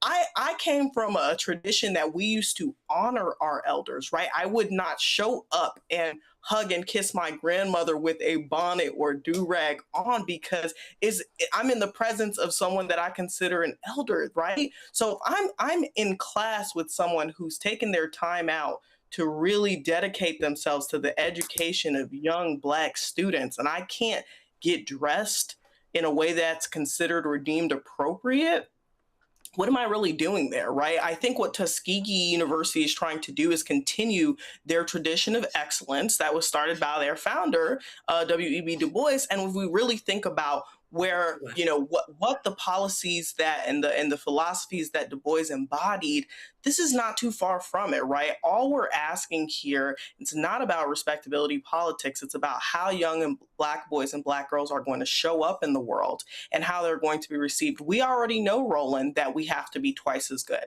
How are we going to be able to do that if we're not stepping up to the plate in terms of how we're showing up in the classroom? That starts with the outside, and that starts with how we look when we show up to learn. So we really have to make sure that we're understanding the importance of this.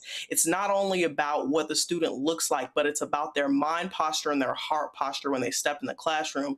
And I just don't believe that it can be in the right space when you're not really dressed like you got up from sleep. So I really think we got to think about that and evaluate that. But I know this is going to cause tensions within the Black community, but I say let it, because we have to get back to our standard of Black excellence.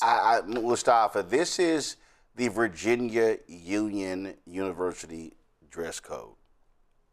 The items below provide an overview of items prohibited by the VUU dress code, but not limited to, except in the residence halls and at designated university activities and events, on and off campus. Pajamas, bathrobes, bras, lingerie, and boxer shorts worn in public spaces and or as outerwear, except in the residence halls. Bedroom slippers, except in the residence halls. Pants worn in a baggy fashion, mid-hip with undergarments revealed. Undershirts, wife beaters without a top shirt except in the residence halls. Appearing in public spaces without a shirt, top, or blouse except in the residence halls. Do-rags, head rags, scarves, and bonnets for men and women except in the residence halls. Caps and hats for men and women worn inside of buildings except for the residence halls or with permission from an administrator. Curlers, rollers, and other items used to groom hair, except in the residence halls. Shirts worn as head wraps, except in the residence halls. Hoodies with hoods over the head while inside a building. Micro mini skirts, midriff shirts, see-through blouses, low-cut blouses, and or other such attire that reveal excessive cleavage in classroom buildings. Clothing, jewelry, hats, and other garments or other accessories with obscene or offensive language, gestures, and or profanity, or the display allude to drugs, drug paraphernalia, and other illegal substances. Students are expected to use good judgment in determining what to wear at special events. Examples of special events are new student orientation activities, fall convocation, Founders Day, career fairs, on-campus interviews, honors programs, and convocation. The attire for these events is outlined below. Dress pants, no jeans, business suit, dress shirt, tie, and dress shoes. Professional skirt, blouses, dress or two-piece suit, skirt or pants, and dress shoes. Students requesting special permission for head attire due to religious affiliation should give notice to the Dean of Students' office. They're setting expectations, right? Instead of having the bare minimum, they're saying this is how we are going to show up on that particular campus. My grandfather was a farmer and a coal miner. And there was many times when, he had the coal dust on him or he had dirt on him, but as soon as he could get that off of him, he made sure that he was always sharp. He was sharp because he had an expectation for our family and for himself that we would be honored, and that he always pumped into us that we were special. And with that specialness, it was just the expectation that we were going to not only show up a certain way, but we were going to also make sure that we were well prepared. And I see so many of my folks who I love dearly not understand how truly special they are. And with those folks who often talk about oppressors and colonizers, which is a real conversation, if you actually understood history, you would understand that when we presented ourselves in a certain way, when we dressed in a certain way, that's when they would call us uppity. That's when they would try and knock us down a peg. And they no longer have to do that in many instances now because we do it ourselves. We go to the lowest common denominator in the way that we present ourselves and then wonder why, we're not exceeding in the way that we need to. Yes, there are policies. Yes, there have been sets of actions that are out there, but we also have to make sure that we are preparing ourselves to be able to navigate all of those things, to be able to get over the hurdles. And one of those is how we show up. So you have a right, but if you choose to go to an institution and they share with you what their set of expectations are, if you don't want to go to Tuskegee, you don't have to go to Tuskegee. You can go someplace else that might have a lower set of expectations, but you're also missing out on the opportunity to go to a historic institution, and they should have a set of values. They should have a set of expectations because they are trying to prepare you to be as amazing as you possibly can be and to be able to navigate this world that when you step outside those doors, you're going to have to deal with.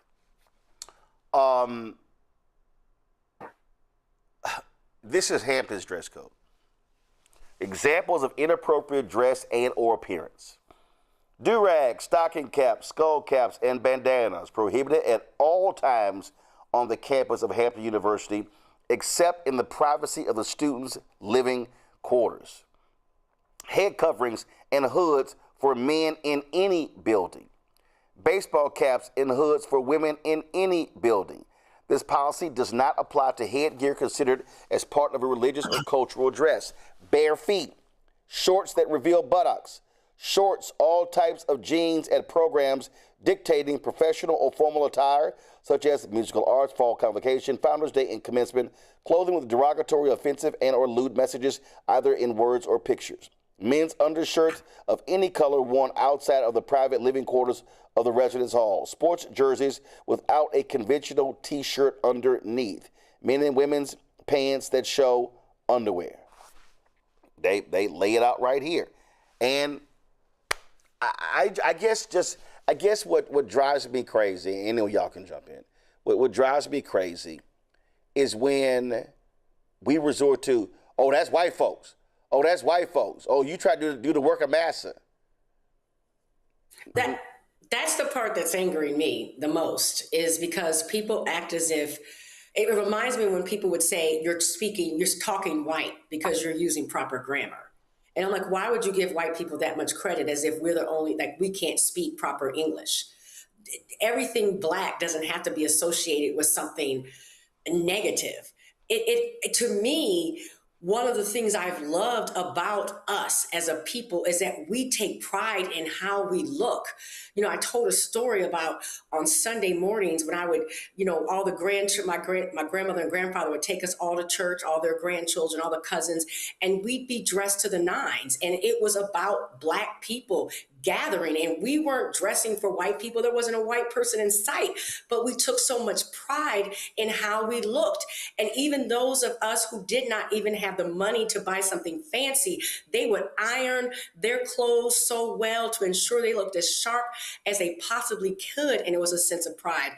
Even now, when we go around, Black people always stand out because of how well we dress. We take pride in it, and we have actually talked poorly about unmelanated people, how they will wear the pajama pants and the sloppy ponytails and don't seem to care about how they look. Part of Blackness has always been pride in your presentation. And to say that it's anti-Black to say you should not wear something that you typically sleep in outdoors is absolutely the opposite. It's Black pride, it's Blackness, it's loving ourselves to say, I want us to represent ourselves well when we're with each other. Because what do they think Tuskegee is but a campus full, I was there, of Black students with Black professors who are sacrificing and themselves. They're not there for the money, they're there for the purpose.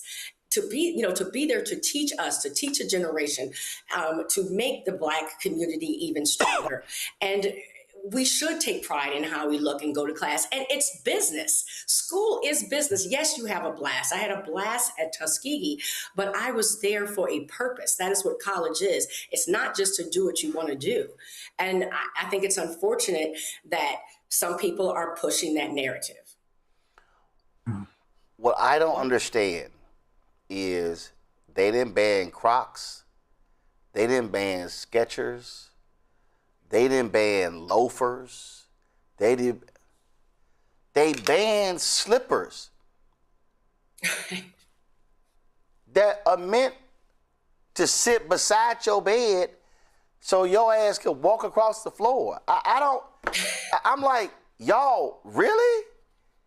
Like, people are really getting in their feelings because they said no bonnets and do-rags. And here's the crazy thing. That's only the 3 of the things that they added in the new draft. This is an example of, I think, first of all, let's be real clear. Social media is not the real world. Mm-hmm. 2, the algorithm is built to drive outrage. So folk will see something on social media and will think, oh my God, this thing is blown up like crazy. No, it didn't. It's what those folks are. But I'm sorry, y'all, it ain't this major.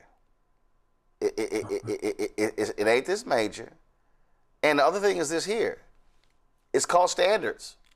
And as one of y'all said, it was Mustafa, I think, if you don't like the dress code, take your ass somewhere else. Like, listen, coming out of college, actually I hadn't even graduated yet. I interned at the Birmingham News. The Birmingham News had a policy. Anytime a reporter left the building, they were required to have a jacket on, a blazer. Mm-hmm. We talking Alabama. Now, I'm from Houston. I thought that was dumb as hell, especially when it's hot, to require your ass wearing a blazer, okay? And I can't remember if it was a blazer and a tie. It might have been a blazer and a tie. Now, when I worked at, first of all, I didn't get that job because all the editors, I interviewed with 16 editors, they all wanted to hire me. But Alabama had a state law that says they could deny you a job because of your credit report. And the HR department, hit me up. And anytime I speak in Birmingham or Alabama, I tell that story so I can say how the Birmingham News screwed up by never hiring me. So I ain't got no problem ever telling that story. But y'all, that's so here's the deal. If I did not want to always wear a jacket when reporting, don't go work the Birmingham News. This is not hard. You are more than welcome. Tuskegee is not the only university in Alabama. It is not the only HBCU in Alabama. So I'm just saying, y'all, feel free to go somewhere if you want to wear your bonnets and your house slippers and your do-rags to class and the cafeteria. All right, last week, Ohio Congresswoman Joyce Beatty testified before a joint Democratic oversight shadow hearing hosted by the House Committee on Oversight and Government Reform and the Senate Permanent Subcommittee on Investigations, detailing her successful lawsuit against the twice impeached, criminally convicted felon-in-chief Donald Trump's unlawful attempt to rename the John F. Kennedy Center for the Performing Arts and putting his name on it, and also highlighting how the administration continues to prioritize costly vanity projects over the needs of the American people. Today's hearing, monumental waste on how Donald Trump is spending taxpayers' dollars on national landmarks like the Kennedy Center. My testimony will focus on fighting back against Trump's unlawful renaming of the John F. Kennedy Center for the Performing Arts, the only living memorial for President Kennedy. It's about whether powerful people can rewrite history, seize public institutions, and silence dissent. The unlawful renaming of the Kennedy Center is another example of Trump's disregard of the rule of law and our Constitution. I became the face of this fight because someone had to stand up. At the end of the day, it wasn't about fighting for myself. I was fighting for the rule of law and for an institution that belongs to the American people.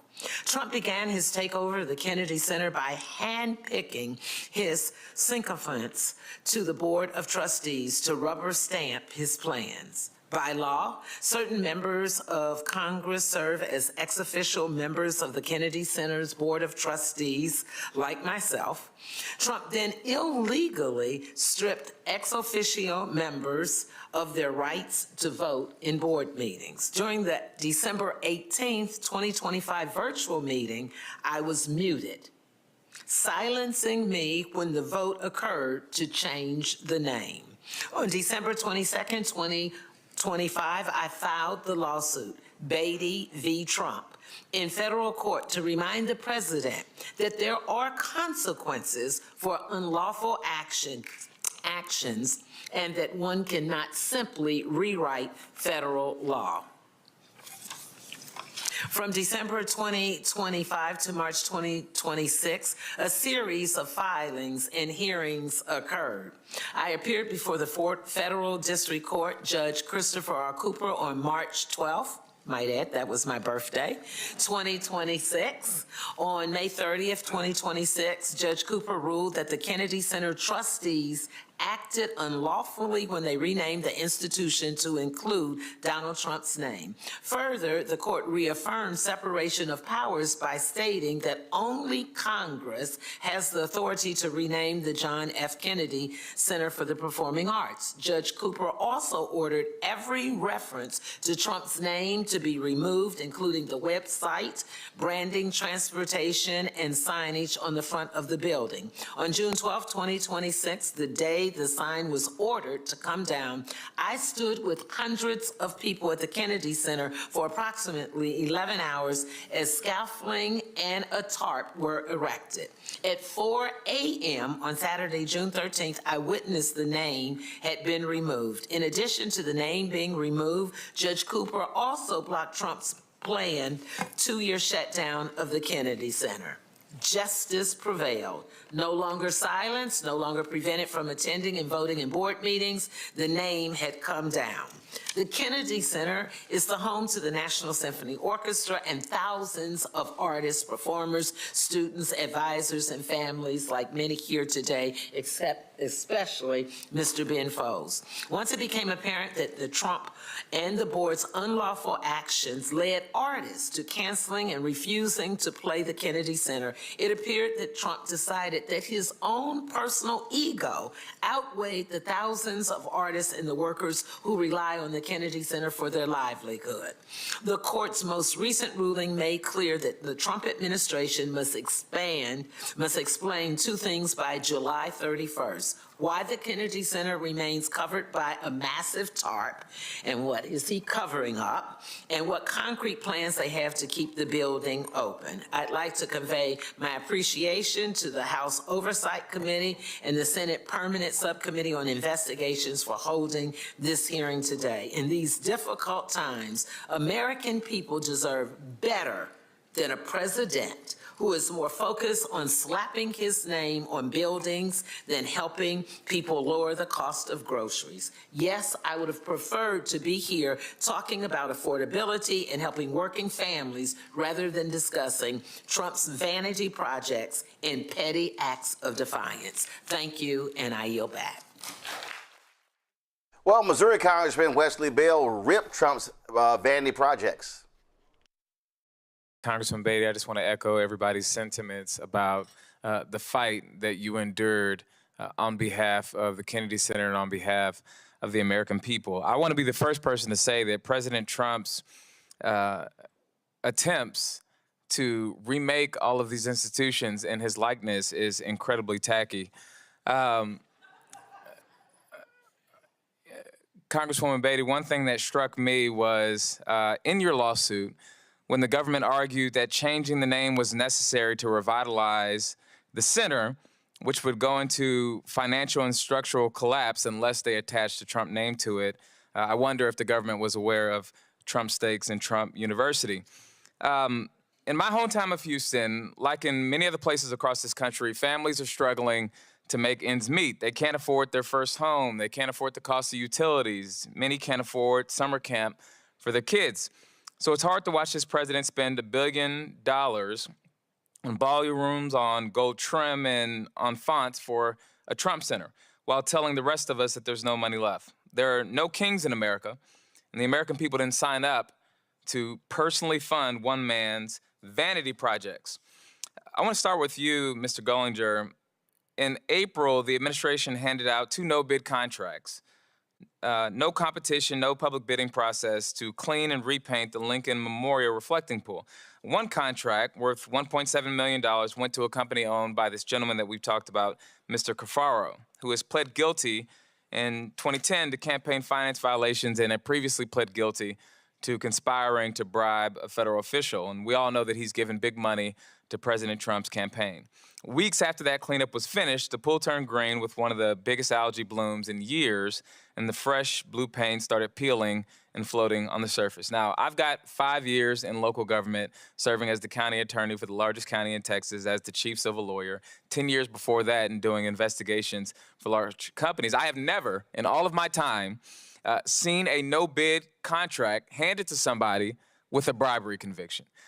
So my question to you is, in your work tracking government contracts, and I know you have some experience in local government as well, how often does the government hand a no-bid confidential contract to someone with a bribery conviction?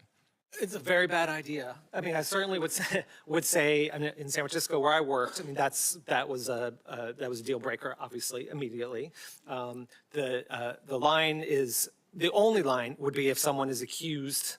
People have the right to defend themselves, but that doesn't appear to be the case here. And the problem, of course, is that at minimum, the public faith that this contract was done properly and effectively, and that most of the money is going to actually do the job instead of back into someone's pocket, is completely eroded. And so that should be absolutely never. That should be something that absolutely never happens again. All of the incentives are eroded, and if it walks like a duck, quacks like a duck, it's probably a duck. Ambassador Eisen, we are kindred spirits. You've talked a lot about all of your litigation experience against the Trump administration. In my last job, I spent a bunch of time litigating and beating the Trump administration because their lawyers are not good. But I want to talk to you about the rule of law and institutions in this country and the role that they play in holding this administration accountable. We have seen action after action taken against the Trump administration because they have stepped outside of the bounds of the Constitution and the law. From layoffs of federal employees to what we've seen at the Kennedy Center, the reversal of the plain text of the Constitution and birthright citizenship, cuts of grant funds, which impacted local governments and nonprofits across this country, and of course the firing of Fed Governor Lisa Cook. This is just a few of the list of things. How important are the courts in ensuring that we keep a rogue president within the confines of the Constitution and the laws of this nation? We were very honored at Democracy Defenders to help put together the team, to serve as part of the team that defended Dr. Cook up to and including the Supreme Court. Winning at the Supreme Court, it was a bipartisan team protecting her and the Federal Reserve, the independence of our nation's monetary policy, and the prosperity of every American. The courts were essential in that case, Congressman, as they have been in our over 300 matters, the well over 600 cases that courts have addressed. And in particular, I want to salute the trial courts of the country. We just had a tremendous win in front of it.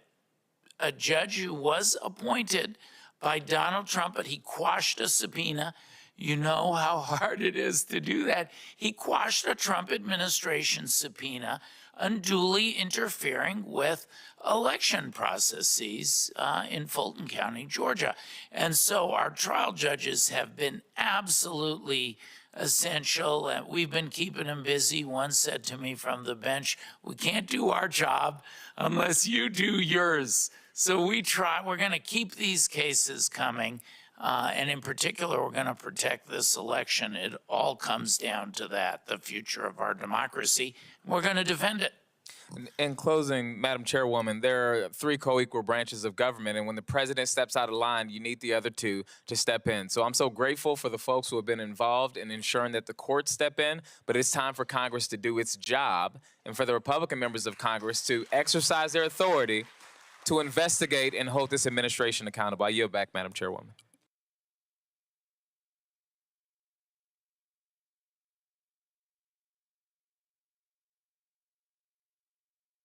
Texas Congressman out of Houston, Christian Menifee there, not Wesley Bell. So glad to see Congresswoman Beatty again challenge this administration and their sheer nonsense. More of that is needed, Mustafa. Oh, most definitely. You got to put a spotlight on this foolishness that's going on. First of all, Representative Menifee, that excellent questioning. You know, I spent a lot of time around contracting when I was in the federal government. I know it's 24 to 60 months if you've had a bribery or something or fraud, those types of things. And that's why you don't have these contracts, these no-bid contracts where you just push stuff through, which has become, you know, one of the things that this current administration does. And then you get what you get. You get individuals with all these problems in their background and don't know how to actually do what they've been hired to do. And then, of course, the Congresswoman, she's just amazing because she raises a very serious issue. So not only there at the Kennedy Center, but, you know, that $1.5 billion that they've wasted so far all across Washington, D.C., whether you're talking about at the White House, you're talking about at the reflecting pool, you're talking about a number of these places that folks never been to, like Columbia Circle or Lafayette Park.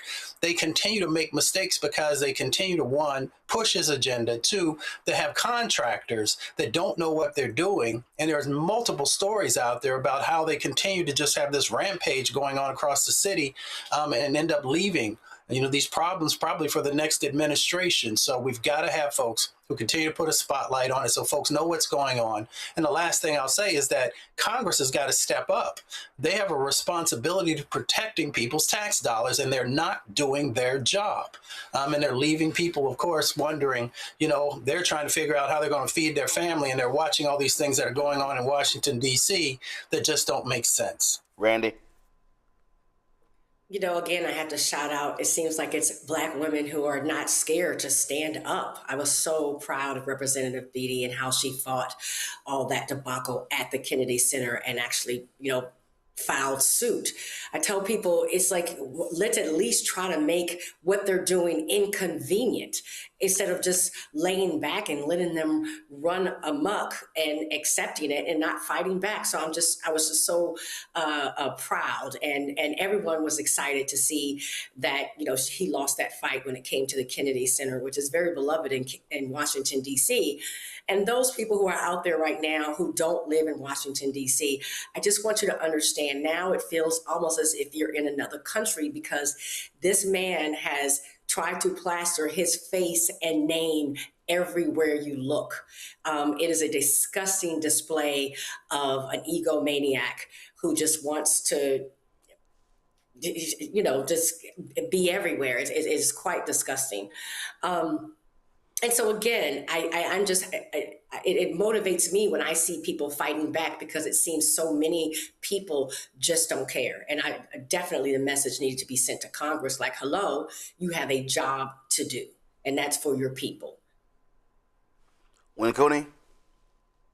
Yeah, as Randy alluded to, Black women continue to save democracy in this country. And Congresswoman Beatty certainly is a testament to that. I also just want to point out the fact that this is the reason why it's so important to have diversity on boards, because if you think about it, if she wasn't an ex-official trustee of the Kennedy Center as a member of Congress, perhaps nobody would have stood up for this, right? So I encourage people to get involved with their boards, get involved with the arts. These are things that maybe people don't see as important sometimes in their everyday life, but they have really big implications.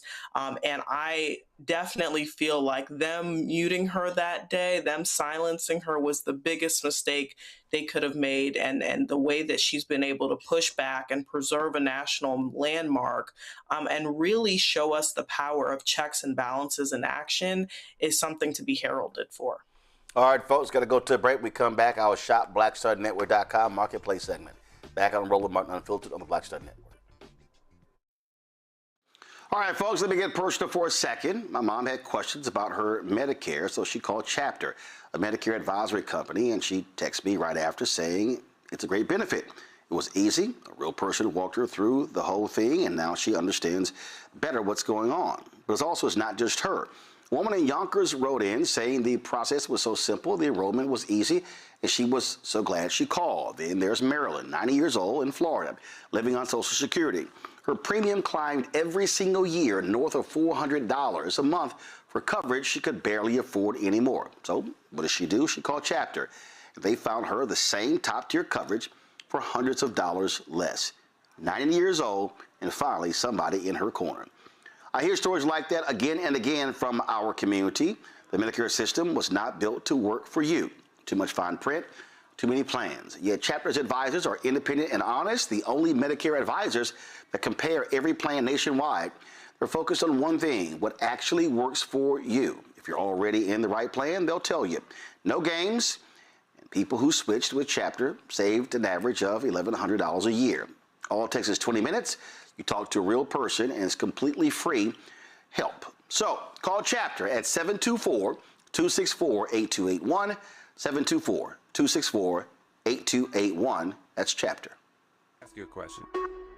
Why do so many people seem to think they know black men so well? What they think we want, what they think we need. Hell, they even tried to tell us why and how we voted, but never had a conversation with us. Never asked us how we felt, what brings us joy, what makes us angry, what makes us scared.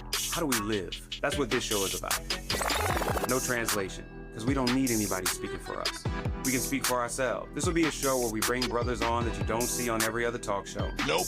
Brothers that are doing work in local communities with black men for black communities. We're going to hear each other and try to understand so perhaps we can move forward together. No translation, because we don't need anybody speaking for us. Nope. What we need is each other. No translation, right here on the Black Star Network. Check it out.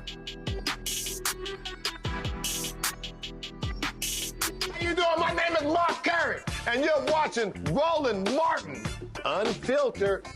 Deep into it, like pasteurized milk without the 2%. We getting deep. You want to turn that shit off? We're doing an interview, motherfucker.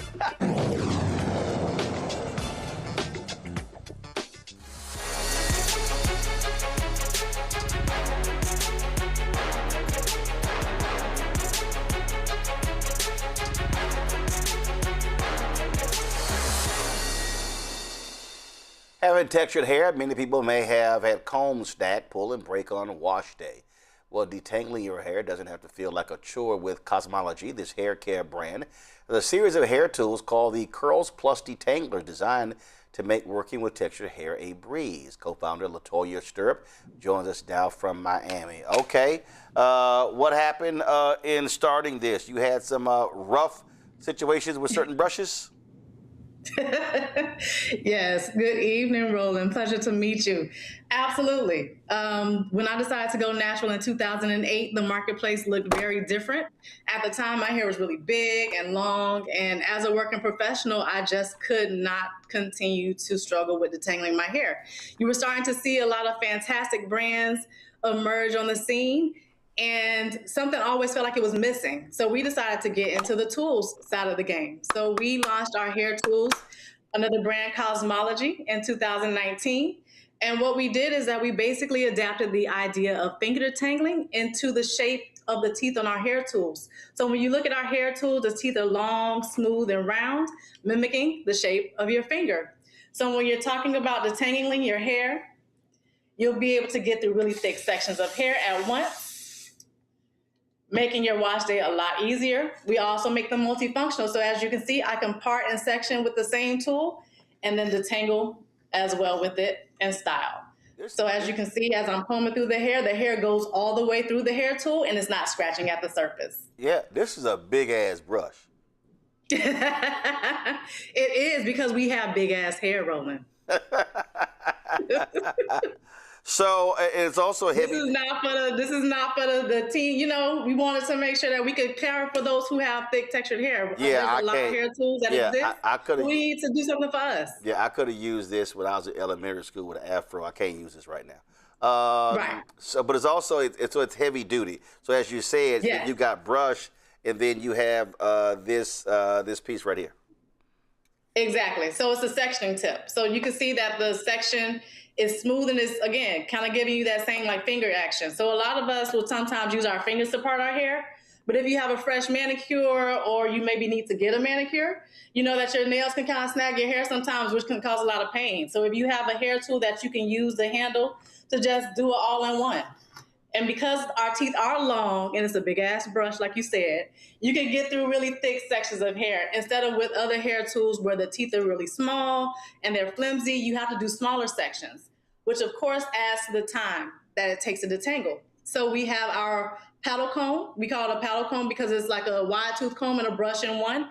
And then we have our pick, which you saw in the video. So with the pick, again, you can add volume to the hair without making it frizz because the teeth are very wide, which also, again, just makes, and you can use it, as you can see in the video, to detangle the hair. If you're on the go, it's compact. It could fit in your clutch, your baby bag, and even men who have really thick beards, they can use it as a beard comb, and it won't snag the hair. So we also have it in this graphite color as well. We need a little bit more hair. No. I literally cannot stand thick beards. I just can't. Listen, what you see right here is, that's it. I actually went a month without, it drove my ass crazy. I had to trim it. I could not go longer than a month. And so I usually max go 2 days. It got to come down. So, all right. So this pick is different, unlike the pick with the fist that people normally have just sticking in their head. Exactly. We wanted something that, again, can go in your clutch. And also, again, this is a heavy-duty pick. Most of those are lightweight picks. No, this got some weight to it. Yes, exactly. And then also we designed it to have a nice little grip right here as well. So it's easy. It almost feels like an extension of your hand. And because it is thick, the teeth are not gonna pop on you. I mean, who wants that? When you're in the middle of combing your hair and doing your hair and teeth break off in the middle of it, it could just ruin your whole mood while you're trying to get ready to do your thing for the day. So we wanted to make sure that when you're using our hair tools, you know that they are going to last and they will perform the way that you need to them to perform. We have had tons of people who have had our hair tools since we launched them in 2019, and they can still use them to this day. So that's a testament to the quality of the hair tools and what we did with the design. Question for the panel. Randy, you first. Yes. You are doing the Lord's work. Because you called, those days when you're having to do your natural hair a ritual. But we know for a lot of us, it's a headache. It's so hard. So I noticed that the products are so durable because I believe many in the natural hair care business create tools that are for looser textured hair, which is not my testimony. So thank you for what you're doing. What has been the feedback that you've gotten from distributors that are, selling products that are for hair, like the Sally's Beauty Supply and things like that? Are you selling there? Yeah, so we are. So we have had various retail partnerships over the years.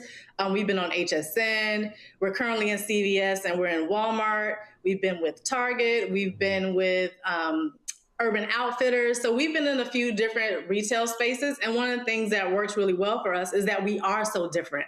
To your point, right? You have a lot of the sort of like paddle brushes with the flexible bristles, which for those of us with, like you said, really thick hair, it feels like it's just scratching at the surface, right? It doesn't really kind of comb through and give you that, like, I know that this is actually touching my roots and my hair. Yes. And so also to that point, the teeth on the tips of our hair tools, they're round, again, giving you that same kind of like finger experience. And when you look at other hair tools, a lot of times the teeth are kind of pointy or they're like square, so it kind of scratches at the scalp. So we also want to take that into consideration too. And for those who wear wigs and extensions, you spend a lot of money on your hair when you're doing that, protective styling. Exactly. So because the teeth are round, they're not going to scratch the lace. So it helps with that too. And it can really smooth the follicles of the hair on the wigs and extensions. So these work fantastic if you're rocking your curls or you protecting them under a wig. Thank you. Win Cooney? Yeah, so you're a Miami girl. I wanted to know if you guys were available in retail stores in Miami or throughout the continental United States. Yeah, we are. So we have distribution sort of nationwide, but through select stores. So you can definitely find us in Miami. We're in DC, we're in New York, we're in California. We're in a variety of different places for sure. And we're going to be on the marketplace. So you don't have to go far. You go right there to the Black Star Marketplace and find us. Awesome. Amazing. Mustafa? COS-MOL-O-GY. What's the significance of that? So if you've ever tried to come up with a product or a brand, sometimes it could be a little bit difficult to secure a brand name that you want because everything is taken from a .com perspective. So we want to get a little creative, and we started to look at brand names and retail experiences that sort of gave you an ambiance without it actually dictating exactly what was inside the store. And because we are in the space of creativity and really kind of honoring the space of not only creating something new when it comes to hair care, but empowering people with textured hair to create and have fun with their hair, we decided to go with the name COS-MOL-O-GY. So the way that you see it spelled is the phonetic spelling, but if you understand what the word cosmology means, it deals with the creation of the universe. So that again just ties back into who we are. We are creators, we are innovators, we think of new things, and sometimes we have to make do with what we have, but we want to make sure that with COS-MOL-O-GY, we come to the table with solutions that directly speak to the needs of the customers we are serving. All right, folks, so go to shopblackstarnetwork.com and check out the products from COS-MOL-O-GY. Again, you see them right there, shopblackstarnetwork.com, and you have different offerings there. And so certainly support them, and we support them. You support us as well. Latoya, we certainly appreciate it. Congratulations. Thanks a lot. Thank you. All right, folks, that is it for us. Let me thank Wincuni, Randy, as well as Mustafa for being on today's show. Thank you so very much. I appreciate it. Glad to have all of y'all here as well. Don't forget, if y'all want to support the work that we do me a favor, join our Bring the Funk fan club. We don't have millionaires and billionaires supporting this show. We don't have folks writing us massive checks, things along those lines. But what we also do is we do the work. We talk about the issues other folks don't talk about. Let me be real clear. It's a lot of folks with shows. There's a lot of people out here talking about the things that are going on. But the reality is we center black people, okay? This is not a show where we're trying to appeal to mainstream interests. We are centering African Americans. We do that deliberately, and then that's what our focus is, and so we appreciate your support, and we will continue to do that. So if you want to join us via Cash App, use the Stripe QR code. You see it right here on the screen. That's also for credit cards as well. And of course, if you're listening, go to blackstarnetwork.com where you can get more details in terms of ways to give. Now, checks and money order, make it payable to Roland Martin Unfiltered. P.O. Box 57196, Washington, D.C. 20037-0196. PayPal is R Martin Unfiltered. Venmo RM Unfiltered. Zelle Roland at RolandSMartin.com. Roland at RolandMartinUnfiltered.com. Don't forget, download the Black Star Network app, Apple phone, Android phone, Apple TV, Android TV, Roku, Amazon Fire TV, Xbox, Samsung Smart TV, say Roku as well. If you want to get our Roland Martin Unfiltered swag, do me a favor. Go to shopblackstarnetwork.com. Again, shopblackstarnetwork.com. Our hats, our T-shirts, our America at 250. Shirts as well. We got some great products for y'all right there on shopblackstarnetwork.com. And again, we got more than 50 businesses that you can check out on shopblackstarnetwork.com. You go to our marketplace, support those businesses, get your products from there. We got black-owned toilet paper, as we said. We got cosmology with these brushes and the pick, all sort of stuff.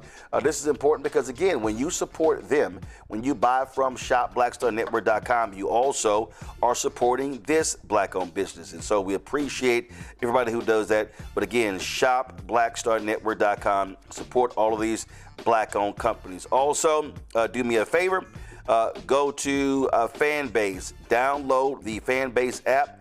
I want you to, they got some great updates that are coming out. We're going to be having Isaac Hayes III on to talk about those things. Also, I want you to follow me on Fanbase at Roland S. Martin. Follow me at Roland S. Martin. I told you the other day that when it came to the Harriet Tubman Museum, we hit the $75,000 goal. And so we certainly want to congratulate them. We want to thank all of y'all for making that possible to hit that $75,000 goal. They've already started the repairs to the museum. I can't wait for them to reopen.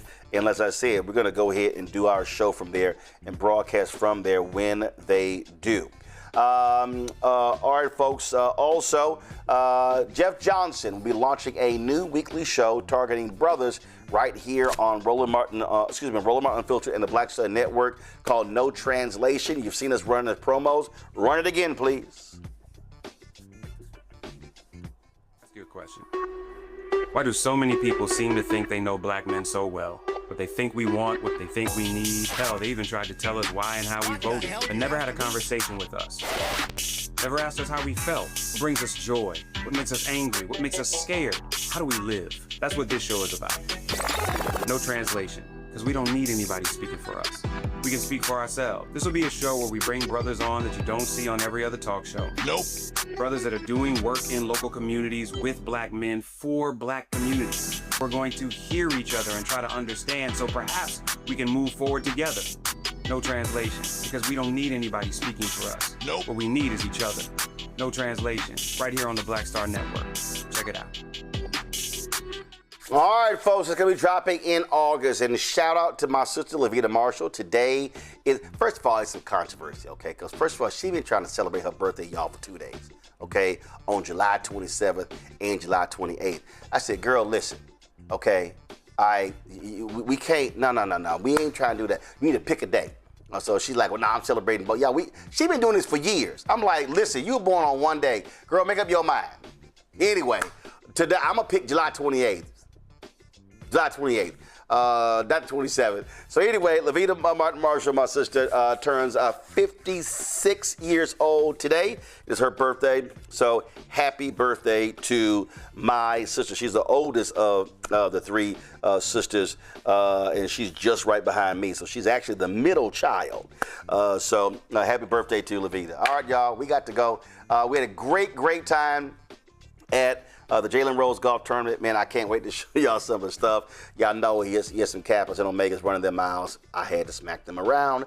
And so we had a little fun there. And so look forward to sharing the stuff with y'all from there. But also, my man Wendell Haskins, his Original Tee Golf Classic, which we attended on Sunday. This weekend, I'm in South Carolina. All y'all in South Carolina, I want to see y'all in Santee, South Carolina. Congressman Jim Clyburn has his 2-day golf tournament. I'm going to be broadcasting from Santee Convention Center on Friday. And so look forward to seeing y'all there. All right, y'all, that's it. I'll see y'all tomorrow.